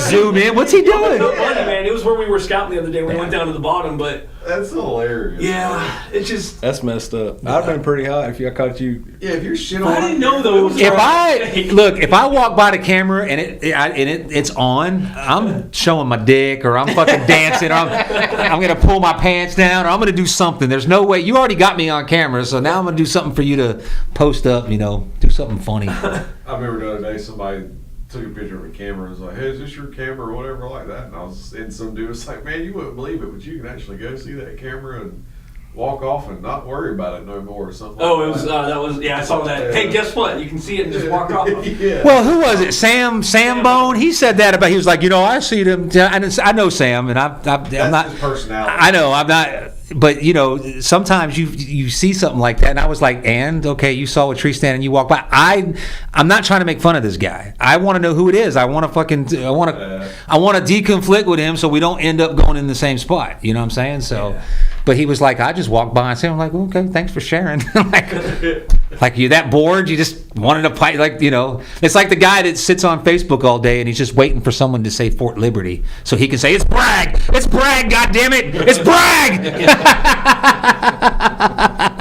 They just let us know you're pissed off. There's no spots out there. You get out there and not see a single person the whole freaking season. No, I never see anybody. The only people I see is the people I invite in to where I'm hunting, but I don't never run into nobody. I'll tell you what's cool though if you check it out. Y'all use a Hunt Stand app? Yeah. Yeah, that's The one I use. whitetail habitat maps. Those are freaking cool because you can go on there and it shows the density of reports. And like northwestern Bragg is like fucking up in Hardin County. That once you get up there in that area, it's insane. But there's some good hot spots on the habitat map at least of like western Bragg. What about the moon phase? Do you pay any attention to the moon phases? I do, but I don't get crazy with it. I care less. I'm going to suggest something to you because you seem like a guy, because I would do this, but I do it for like, I don't know, 3 weeks and then I forget it. Moon affects fishing tides. When you look at your pictures and you're saying you're categorizing them, like you keep all your pictures and you're seeing when they're out in the daytime, whenever you see like a daytime deer or, daylight, 5:30 when the sun's coming, whatever, a good shooting light deer, mark where the moon phase is, the red moon phase is at that day. It's even. Huh? It's even. What do you mean? It's even. The movement's even. It's 50-50. Oh, okay. So you're already doing that. Well, Time, I day. did, but I didn't. So, Skip keeps a journal of deer hunting. Gotcha. Nothing but deer hunting. Every day he goes deer hunting, where he went, what he's seen, blah, blah. And then whoever he's talked to. So if he's talked to me, he's talked to his dad. There's a couple other people that, he'll talk to. He'll write down what they've put. And then all the kill dates and the times and the moon phase and everything. Right? Damn. So he calls me. I don't know if I want to be his friend. I'd be like, Last dude, I don't care. He called You're me ruining my hunt. season last year, and he's like, I got the report done, because That's cool. he was thinking about the moon phase thing because we talk about anything deer hunting. We've talked about it, but he said, man, it was completely even. Wow. Everything was completely even. What was his consensus though? They're going to do what they're going to do, or is it daylight, sun up? Because I think what I've seen, We're just saying daylight. or kills. evening sun up or sun up. What am I trying to say? Dawn or dusk? They move more 2 hours before the sun goes down and 2 hours after it comes The up. thing about it is somewhere that deer's moving in the daylight Right. every day. Gotcha. He may not move, but from here to the truck, but he's going to move in the daylight. Mm-hmm. And as it gets cooler and they feel better about moving and stuff, and then the rut starts happening and they're starting looking does, they're going to move more. So why is he doing that? Just for shits and giggles? He's so addicted to hunting, or is he actually going to think about study something and put it out? Addicted to hunting. Yeah, that's a whole new level. Yeah. I'm addicted to going. Like I'm gonna go, and I want to be in the woods, but I always want to do that, like what you were talking about, and even like filming it or keeping a journal, but I just don't have the discipline for it. I tried to do a journal, and I like maybe the third hunt in, I just forgot it, and then I was 5 hunts past it before I realized it. And I was Yeah. Like I got suspended three times last year. Dedicated to write that down. Right. I do it on my phone. As far as my trail camera stuff, if I'm running 50 cameras and I've got a full Jesus season Christ. worth of 50 cameras. a full season worth of intel, and all these days that these bucks are daylighting in certain places, now I keep up with all that. Mm-hmm. So maybe you say I'm anal about that, but Yeah, that's still. I mean, I got 4 cameras. well, the cameras do a lot of work for me. We sell cameras. Yeah, I haven't gone there yet. and so look, I work night shift. I work a swing shift, right? There's mornings that I can get off and be able to go hunt, but I might not feel like going hunting, or maybe I got to take the kids to school that day, or whatever, or pick them up. So I can't be there Gotcha. enough to go check cards. Like I was in on checking cards back in the day too. Now it'd take me a whole day to go ride around and check all my trail cameras, and then bring them home and download them and have to go through them and all that. Yeah. That's the main reason why I don't fuck with are them. that much more convenient because it's instant feedback. Mm-hmm. And the way that I hunt, if I put all these cameras out and I put them in an area, right, and I get a buck that I'm going to hunt on this area, then I'm going to put more cameras in that area because I need to know where he's coming from. Yeah. I need to know what he's Yeah. using. So you know what I do in that instance? I just got one camera and then I just move it. Yeah, and then I forget about it and I go hunt another area and then. If you do multiple cameras in a little general area, you can get a good idea of a deer's not so much pattern, I would say, on Bragg, but as far as how he likes to move through there. Like I said, if I did that, okay, if I put all that time into it and I say I was in area J, okay, area J is right there in Garrison, and I had a deer patterned, and I would be on Facebook and some guy would be like, man, I'm not having no luck, does somebody want to help me? I'd be like, yo, for like $1,000 I'll give you, here's your whole report. This motherfucker wake up at 5, he's usually here maybe, or I would market that shit. I might would put somebody on a good deer, but I ain't putting you on a stud. Not even for money? No. Yeah, I'm probably the same way. Not after I put all that time and effort into it. Yeah. There ain't no way. I mean, well, that's one reason why I wouldn't want to take my wife hunting with me all the time, because if I do, I'm going to do all the work. To me, that'd be a little different. Now, I ain't saying I want my wife to go out here and shoot a 150. But look, baby, Look at that 140 you I got. got a nice basket right here. She'd be like, hey, babe, why don't you tell him about that 140 before we get into my 150? Nah. I got a deer beside the house that I know is probably over 200 pounds. I mean, he's just a beast of a deer. But he's got this little... He's old. He's an old deer, Yeah. but he's an 8-pointer. He's got good mass, but his tines is maybe 5-6 inches long, maybe tight, not really that wide.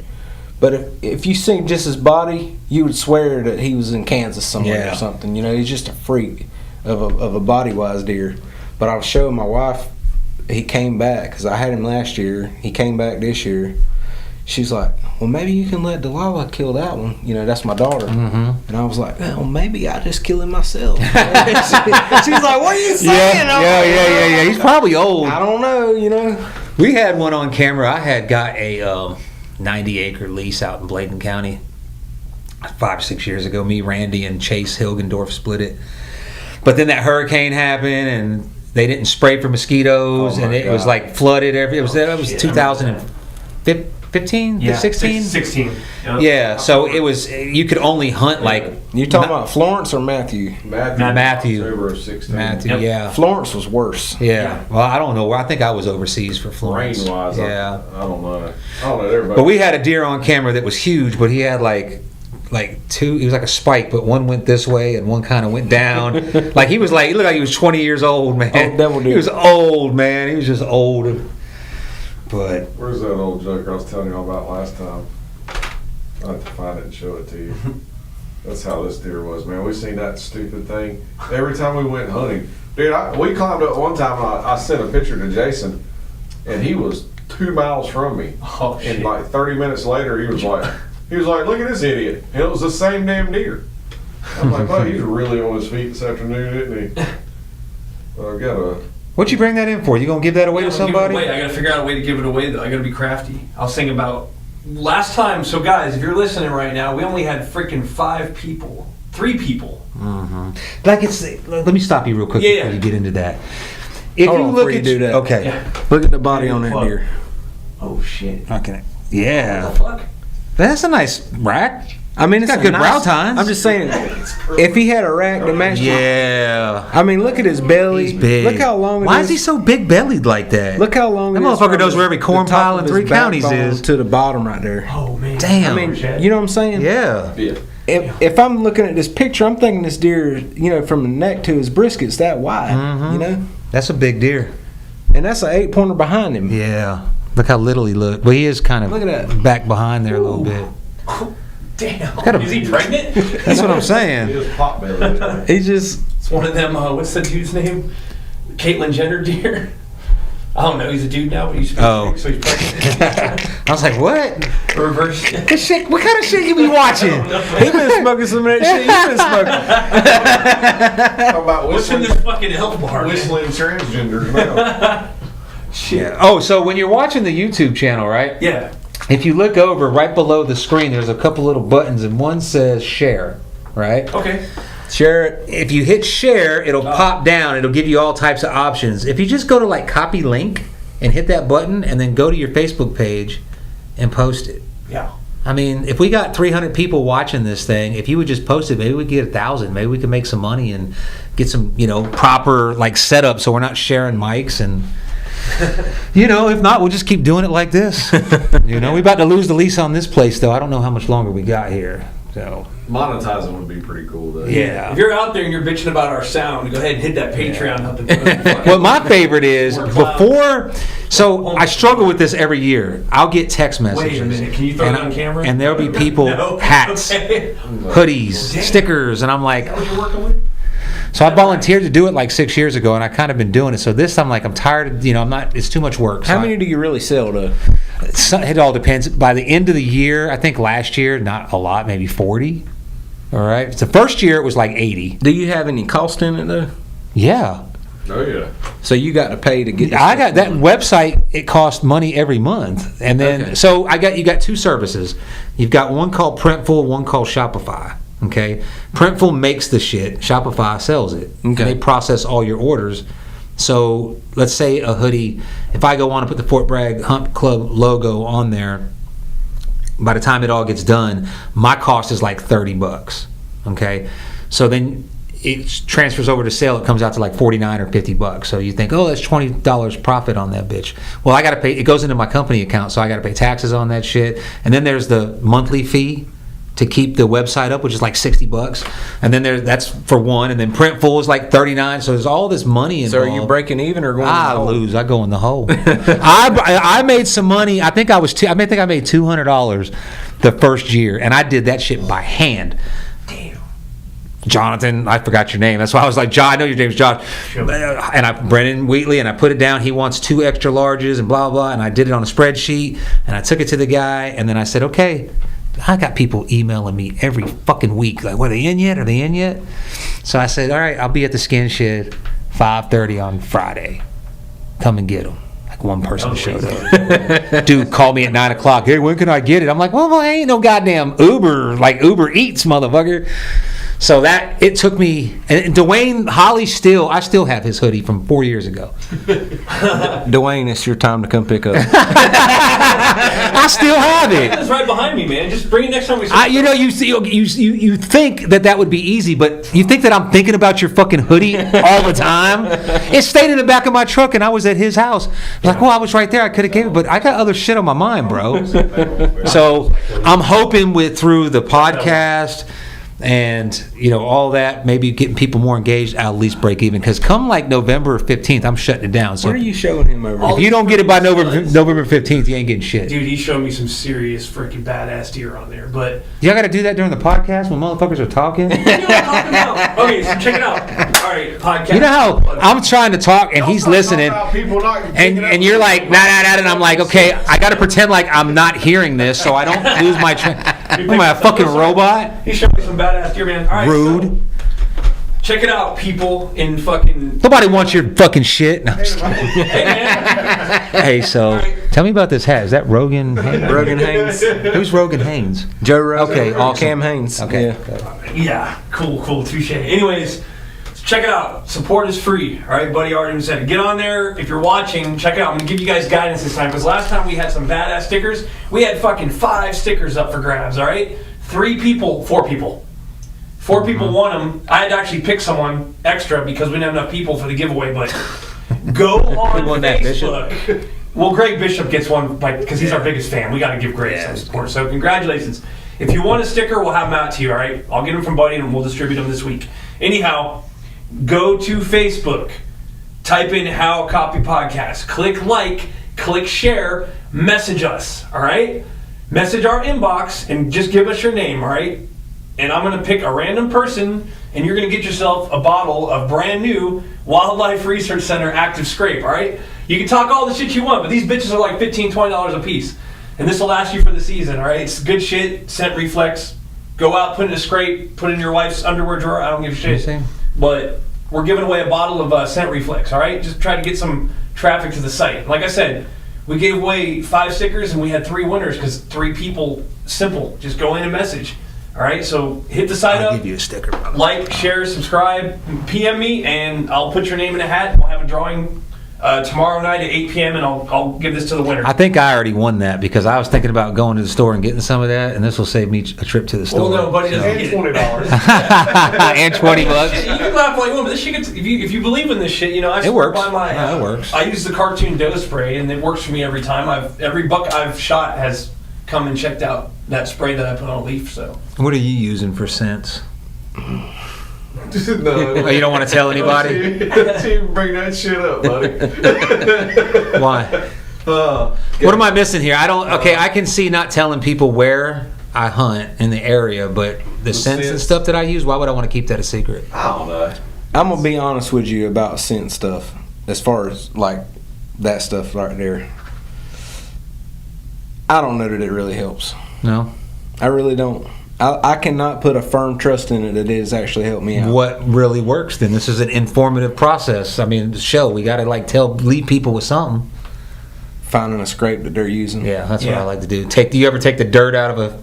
You ever take the No. dirt out of a scrape? That fucking works though. No. Find you a communal scrape that's What you being mean, hit. really? Taking the dirt out of a scrape? Take the Yeah. top layer of the dirt out of a scrape and putting it in another one with like rubber gloves. Cross-contaminated so damn bad. How would you cross? How would you go? It's the same Put it fucking right in the area. bag. I'm not gonna do it because I'm not gonna do it. But I will put a camera on it. yeah, that's what I'm gonna do. Yeah. But no, I mean that would definitely work. But I just can't. The only kind of scent like doe scent or whatever you want to say that I think that has maybe worked for me some because I've like sprayed it and then it's a buck bomb. I have took a buck bomb and before I got in the stand. Is that the fogger? That you Yeah, hit? Yeah. I've took a buck bomb and before I got in the stand, like just sprayed like the bay bushes around me or around where I want them to come or whatever. And I've seen some young bucks come to that. Yeah, As far as- younger deer. I ain't never had no luck with the bigger deer. Someone gave me one time. This active scrape stuff, it works. What I've used it for is on a mock scrape.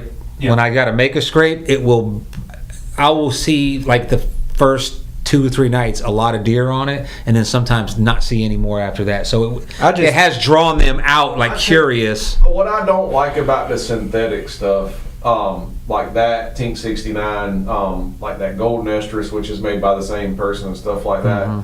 A lot of times, them bigger mature bucks, you'll see them. They'll come up to the scrape and then they're out very quick. And another thing I don't like about it is, I guess because of the synthetic technology of it and the ingredients they have to use in order to mimic a deer smell, the friggin' foxes and coyotes love it. Yeah, that's They'll true. roll. They love a scrape anyway. It ain't even got to have nothing in it. I feel like It's just a fresh dirt on the ground. I had a buck balm in my kit, and it was probably in there for like 2 years. It's one of those ones that you unscrew and it has the wick in there and you hang it up.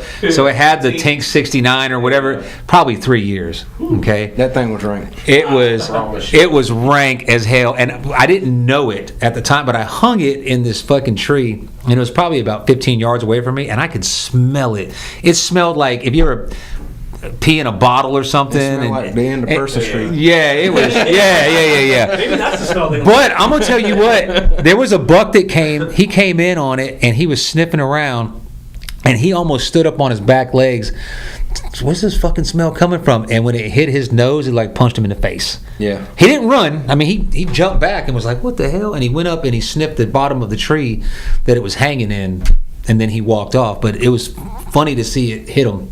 Like, what the hell is that? And then it's like it punches him right in the face. Deer are really funny about a scrape, though. If you find a scrape that the deer have made, and you start doing stuff to that scrape, they're gonna quit using it. You think so? I know so. Okay. I had a. So I've had opposite experience with that. You know, I've peed on active Now scrape. peeing in it, Yeah. peeing in it's different. I'm talking about like Or if you- taking a if stick you and getting the touch leaves out of it. branches, Oh yeah, no, yeah. breaking You don't want to do none of that. Yeah, no. You don't want to do none of that. I messed up one of the best scrapes I've ever. Yeah, found no, I've done that before a couple too. years ago. Is a gum tree that growed across this lane, and it growed in a bow, right? And they were using this little branch on it as the licking branch and working the scrape. Every buck that came through there used it. They used it all through the season. Like, it was perfect. What'd you do to it? The next season, the gum tree, like the limbs had grown down a little bit more, and they had still been using it, you know, like through the off season and stuff. I went through there with the machete and kind of opened it up a little bit. Yeah, that's a good And where tip. they had wore that branch, they were using the licking branch so much, it was like just deteriorated, you know. So I was like, well, I'm gonna put a vine on it. I ruined it. Yeah, fuck. I completely ruined it. That's something that you just almost have to learn from experience. You know what I mean? If you would have told me that, I probably would. If someone would have told me, hey, if you ever come across this situation, don't do this, I probably would have still done what you did. Don't and I do would have had to learn the hard way. Maybe Don't do it. pee on it or just leave it be. Now, I will take a stick. If there's a scrape that I know they're using, if it's covered, maybe they haven't hit it in a bit, and I walk by it, I'll take a stick and I'll get the pine straw off of it. But they know where it is. Yeah. I mean, you think in your mind like, oh, I'm gonna freshen that scrape up, and you're gonna piss in it. Well, pissing in it's fine, but if a buck comes there and he knows that he ain't been there in 5 days and there's no leaves in it, is that something to turn him off? I don't think they're that smart. A 5 or 6 year old buck? You I don't don't think know they're that They smart? are, dude. Friggin', you just raking the dirt out of. You just clearing dirt, disturbing dirt under a limb. They can in smell the itself, fresh dirt. That's a calling card in itself. Just the smell of the dirt and visually seeing that. And if God, I've been fucking with scrapes for a long time. It's going to be hard for me to be like, but that's what I like about doing this and talking to other hunters is now we're 2.5 hours into it, so that's something that I will not do anymore. Yeah. Now, if I go make a mock scrape, Yeah. if I find the perfect tree with the perfect limb and I want to put a scrape there in a camera, now when I first make it, I'll make, you know, a big circle up under it. But I like to make sure all the dirt is broke, not like just scratch the pine straw off. I want it like fresh ground. Yeah. Like all the grass roots and then I'll piss in everything. it, Yeah. Put a camera on it. And Yeah, that's it. That's all I'll do. I did that the other day because I'm in an area and it's got all the makings. Like you just, I'm not going to describe it too much because I don't want to give it away. But if you look at it, you're like, oh, if you first time walking up, you're like, oh, there's deer in It there. feels deery, Big deer. as you said on the first podcast. It feels real deery, but there was no fucking scrape. And of course, it was hot, and I didn't walk the whole area. But this area this maybe 100 yards that I walked, I was expecting to find something, like an old scrape. Didn't find one. Well, An old rub. I found a couple old rubs, but they like to have scrapes in certain areas. Have you ever been walking and you've been on a deer trail and you ain't seen nothing, not even any rubs or, you know, whatever. It's just deer tracks, right? Mm-hmm. And then all of a sudden you come up on a scrape or a rub, and then you walk 20 more yards and there's another scrape or a rub, and then there's another scrape or a rub. Yeah. They didn't want to have it back there on that 300-yard stretch you just walked. They wanted to have it right there. Gotcha. Yeah. You know what I'm saying? Gary on the live chat, Gary Madiuk, I don't know, sorry if I'm butchering your name, but he says he's put leaves over them before he had trail cams to see if they came back, and usually they would freshen them up the next day or so. So if you find a fresh one, he's covering them up so they come back to He freshen. says they come up, but I see what you're saying. Like, yeah, that makes a lot of sense because something's going to. I just don't. I have a hard time believing. I know when we say they're smart, what we're really saying is they're slick. They got a pretty good memory, but if they were smart, they would build cabins and travel out of here during hunting season. You're 2, 3, even into 4-year-old bucks. That's critical thinking. They're not on the level not even close to the level of a 5, 6, 7-year-old buck. Gotcha. They learn They're just so not. much in that little. So what? Going to what he said, then why? What do you got to say about finding a scrape that's obviously been hit and then covering it with I leaves? I wouldn't touch it. Because look, here's the thing. Yeah. Your scent sticks to everything. Yeah. I've got a buddy that won't put a trail camera out without having latex gloves on. Yeah. Won't pull the card on without. Yeah. You know, he'll put now, trash bags on his boots when he goes. I in know and out. guys like that, but I just think in Fort Bragg, because of the troop movement and because of the people, especially in the areas where I'm hunting, they can't be, if they wigged out every time they smelled a human scent or something like that, they would never fucking move. I They think would can walk in a distinguish circle. between the two. Huh? I think they can distinguish between the two. Nah, I don't know. How? Human sense. Like the way their brain thinks is they don't smell something and say, that's this or that's that. They just know that's a good smell, that's a dangerous one. When I smelled it last time and investigated, scared the shit out of me. So that's logged to stay away from. So let me ask you this: how do you know that deer don't know the I don't difference know. between soldier's BO ass and dead downwind? I don't know. Or I'm sure they do because whatever you use. they smell good they point. they smell in layers like a dog. This is which they reckon. I don't know if this is like they can actually a prove deer's this. nose is like 100 times better than a dog. Yeah, what I'm saying is when a dog, the way to describe it is when if I'm cooking chili and you walk into my house, you're gonna know what chili smells like. You'll be like, oh, you're cooking chili. When a deer smells it, it's kind of like a dog. He don't smell chili. He smells onion. He smells garlic. He smells tomato. He smells your fucking sweat. Right. Everything that went into that, they can smell in that blanket or that layered process.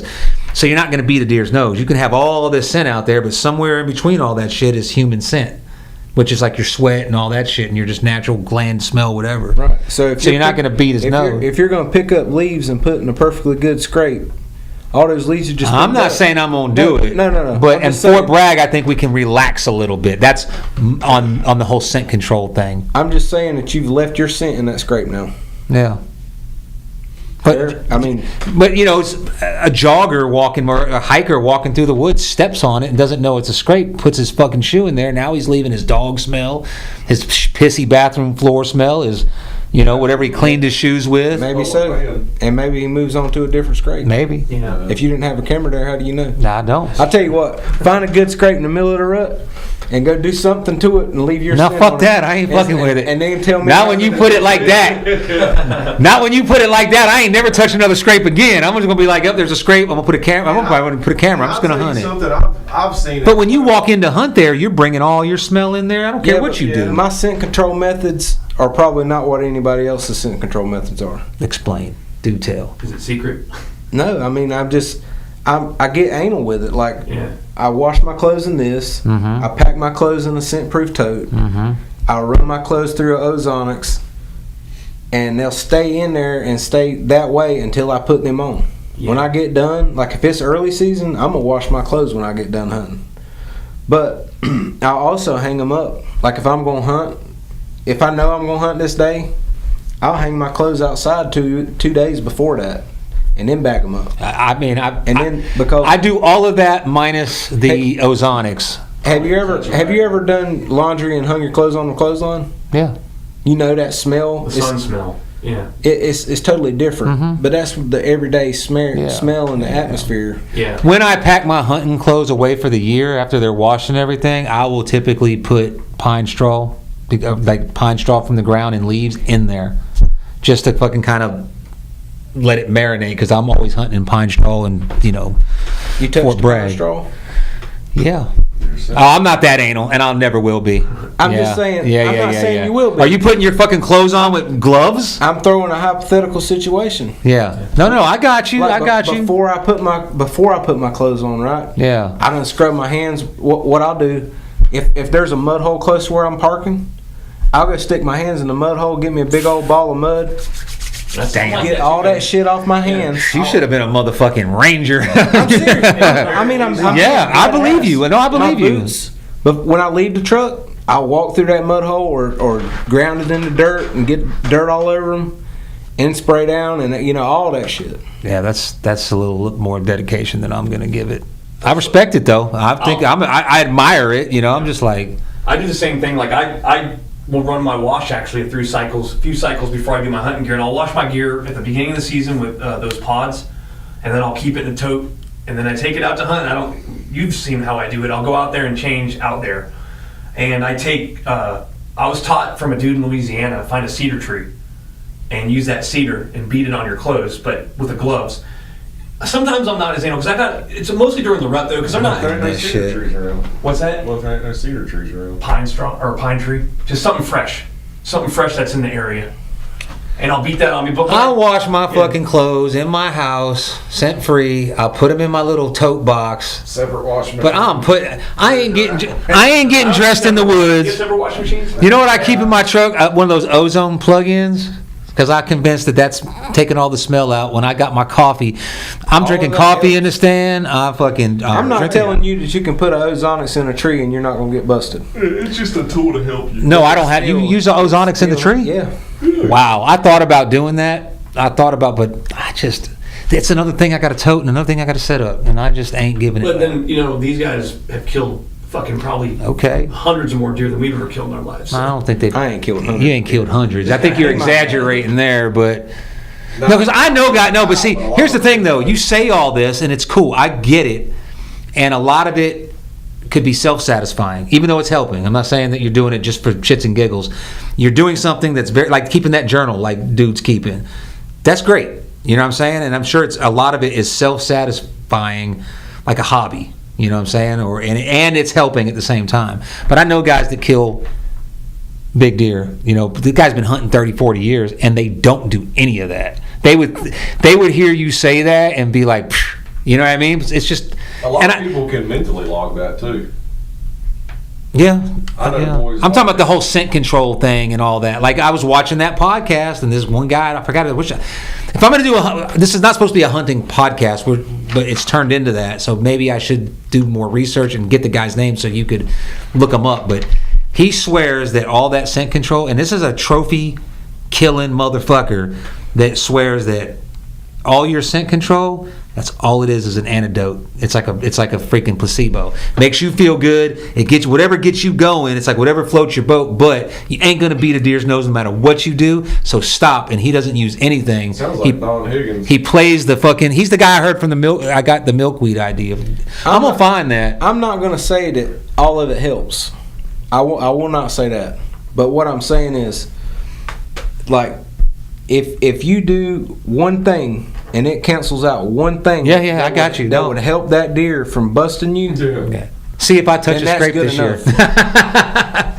'cause I'm still learning this stuff, and I'm like a guy that my mind changes with every book I. That's my dad always tells me. Your fucking mind changes with every book you read. I'm like, ain't it supposed to?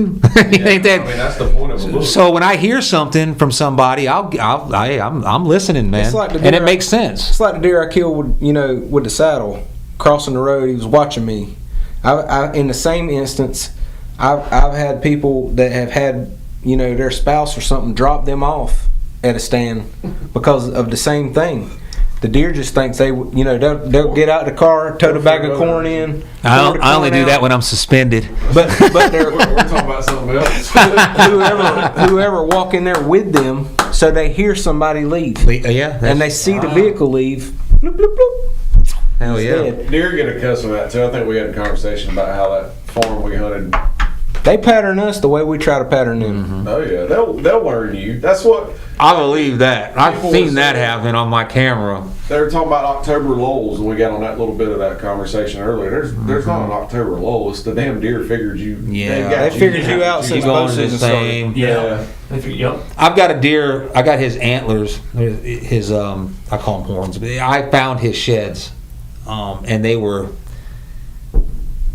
Like he put them on a fucking pine tree about that big around and shook them off because they were right around the bottom of it. Yeah, I heard you say that. Yeah, and I was hunting that deer 3 years, and I mean literally I'd be in that stand, it'd be raining, cold, whatever, and then I would leave, and he would always be there. And he was there consistently for like 3 years. He disappeared. I didn't see him last year, but I didn't really hunt that area. But I found his sheds, and I felt so connected to that deer. I put him on a freaking plastic skull, and they're hanging in my house. Yeah. But I don't tell anybody I killed him. When they ask about it, I'm like, no, I never. He got away from me. It's history. But yeah. Because that's when I was really first. You learn from all that. Too. First starting off hunting, I just sit in a damn tree and comes out, I'm killing it. And that's when you start your learning process. And Yeah, I mean, last year I learned more last year, I think, than any other year. I didn't care what they looked like when I was 16. I killed my first one. Yeah, just want to get one. I didn't care. Yeah. If it was brown, it was down. Yeah. That's what we're. And when I dog hunted for a long time. I had dogs myself. I still have beagles that I rabbit hunt with, but you know. Have we ever talked on Facebook before? Did you ever ask me about rabbit hunting? Are we related? No. No, there's a guy that lives in Linden. He rabbit hunts, and he texted me one time, and he said that he was related to my son because my second ex-wife and him were cousins. I thought he looked like the guy. I forgot his name, but anyway, because he's a rabbit hunter. No, it won't be. Okay, all right, I'm just making sure. But anyway, you know, All right. when I was dog hunting, you know, I'd pretty much mow down what I wanted to. But I had got some deer under my belt, and then got into that, and then as I was getting out of, you know, the last part of me getting out of dog hunting, then it was like, well, I ain't shooting everything I see. Yeah. I'll just catch these dogs, you know, and Hell, I don't want to drag them. Yeah, it's Sometimes. But I'm lucky in a sense, like when Chase Hilgendorf, when he lived here, if you shot a deer and you didn't want to mess with, all you had to do was get it to his house and he would take care of it from there. And my cousin, he just loves the whole, I could shoot a deer and leave it laying there and give him a pin and he'll go back. I don't do that to him, obviously. I'll bring it to him. But if I was like, I ain't fucking with that deer. Them, but sometimes I hunt a lot by myself, man. Just, Yeah. you know, I'm always by myself, yeah. Yeah, there's either A, nobody wants to go, or B, they, you know, just Mm-hmm. can or whatever it may Yeah. be. But Yeah. I'll tell you, here's a little thing that helps. Not this is the stupidest thing ever, but go get yourself one of those. I know they don't sell them down here because it doesn't snow that much, but just go order one of those little stupid kid sleds. Those things are fucking awesome. No, the deer, they sell a deer sled specifically for that. Yeah. I mean, it's probably Put it on $50 more, but just get your little $5 fucking toboggan, man. The thing works awesome. Yeah, they're cool, man. Stuff like that, all that helps. We have a friend of ours, that's how he puts corn out. Yeah. I put corn out with a cart. Yeah. Some of my long walk places I have to get the deer cart. What about I was matter of fact, speaking of Joe Rogan and that guy, I think it might have been him that was on there. They were talking about, you know, deer, they know what the bipedal steps sound like. They know what a human sound, you know, when they hear steps. They can tell a coyote because they walk differently. But riding a bike, they don't know anything about. So that's what the electric bikes. Like you can literally like roll right. Like they don't even know what the hell you are. They're too damn expensive. Yeah. Well, I'm talking about just a regular freaking mountain, but maybe because I think Fort Bragg actually has a rule against motorized vehicles. I don't know if Not electric electric. bike. The electric one should fly, actually. I'm gonna tell you what a deer notices. A deer notices when you stop walking. Yeah. That's always the case because when you stop is when you see them go. Yeah. I'll tell you, If you're I saw gonna $2 If you're Sunday. gonna walk to your tree, walk slow, but don't never stop. Yeah. Same thing when you're driving on Fort Bragg. If you're driving down a fire break and you see a deer, And don't go in there flat-footed either. Yeah. You know, try to walk on the toes of your feet. I when you're try walking in. sometimes, you but got to tippy toe, man. man, the boogeyman's out there. So in the morning time, I need to get up in It's my like tree. Jonathan Are you talking about scared of the Bennett. dark? I'm not scared of the dark. You're uncomfortable in the dark? I don't like walking through the woods when it's dark. All right. Unless my night vision is good and like it's a nice and I can see, but having a flashlight, it kills all your night vision. So now you're tunnel vision, and I don't know. I just be paranoid about ghosts and shit, chupacabras and shit out in the woods, man. I don't know. I'm not scared of the animals. You know what I'm saying? I've seen You know, the only thing bobcats. I ever get scared about on Bragg is falling in a freaking hole. That or finding a Those body. pine tree Or holes. finding a dead body, I don't know how I haven't. or a naked baby playing, something freaky. I don't know how I haven't snapped my femur in half yet from stepping in those damn. Oh, I know. Yeah. old Yeah, pine those stone Stand on poles. your back and all your I mean, be bullshit. walking in there and all that shit, and step up, slam to my nutsack. You know, and it's like, damn, like you can't stop yourself when you Yeah. get ready to hit one of those holes. Hallway, man. I stepped into one 2 years ago and I was like, I'm gonna have to sit here for a minute, man. And then I get to think about what's in this hole. Yeah. Yeah. Get out of it Some quick. gigantic. I fell spiders. in one. I was in the Army, and we were doing land nav at night, and it was 2002 2002, when we had that big ice storm, there was like the worst. At that time, it was like the worst storm to hit Fayetteville in 50 years. I think it was 2001, We didn't have 2002. no power for about a week. Yeah. Well, I was in the woods. I was out at Camp McCall, Camp McCall in the woods, and we thought they were going to shut down train. I was in Oh shit, were you in selection. I was in in selection selection. during that storm because he just couldn't fucking take it, man. So I was in it, and we're all sitting around, and we're like, we're not going to quit, obviously, and we're just like, they're going to call it. There's literally trees falling. You can hear them snapping. They were like, no, we're going. And I was like, all right. So we're sitting by the fire. You're all warm until the last second till you have to leave. And as soon as we broke out, I went this way, guys went that way, and I walked about 10 steps and fell right into a foxhole that was full of fucking like ice and water. So I'm soaking wet now. Oh, God. That was miserable. Like I thought my dick was going to fall off because I wasn't wearing underwear because you don't want to get all chafed up. Like I literally had to stop and like hold it. I didn't have no MREs. I was like worried that something was going to Tell the happen. truth. You just wanted to hold it. Damn, it was like I couldn't even find it. It was so small in there. I was like, what the hell? That is the worst. So when you got all your shit on, you're trying to be slick in the morning. You got like a fucking perfect hunt and whop, right into a hole. And just Yeah. eat shit. I remember I was going in place one time, man. I put all my stuff and I was like, oh, hell, it'd be all right. I didn't take anything out of my bag. It was heavy. I had like freaking Gatorade bottles and all this shit. I guess I decided I was just going to hunt longer than I normally do. And something told me, I was like, man, I'm just going to friggin' take some of this stuff out. Nah. So I take off friggin' walking. You know how those logs, you'll get somewhere and you're like, man, I don't want to step over it because it's a little too tall. So you step on it. I stepped on that sumbitch and it broke. I went face first. Oh, Yeah. Man, I was laying at the bottom, and I looked up and couldn't even see like daylight because of the daggone reeds. And stuff. It don't happen to me much because I stop my truck really close to where I'm going. Except this whole area I'm going to hunt on I opening sort of week. kind of do, man, but you don't have to be too far from the truck No. on base. I don't think. I mean, it's more of a comfortable thing for people. Jesus. Joshua Fuck said, I went hunting that storm with his dad. It took 2 hours to drive from Hope Mills to West Bragg. Yeah, that was bad. Hell yeah. I remember we hunted. It was the day after Christmas. It snowed like that. Donald Hutchinson and Greg and all of us, we hunted out there. And I remember coming down King Road. I was like, we're fucking idiots. Yeah, it's gnarly. This is stupid. Well, we need to wrap this up, man. It's 10:30. Damn. This is Joe Rogan hours, man. We're at fucking 3 hours or 2 We still hours got and people 55 watching minutes. those, so we're doing something right. But How many we got? About 4? well, we've been fluctuating between 15 and we're on 10 right now. That's Wow. good. That's good for us on YouTube, actually. That's Yeah. You're welcome, buddy.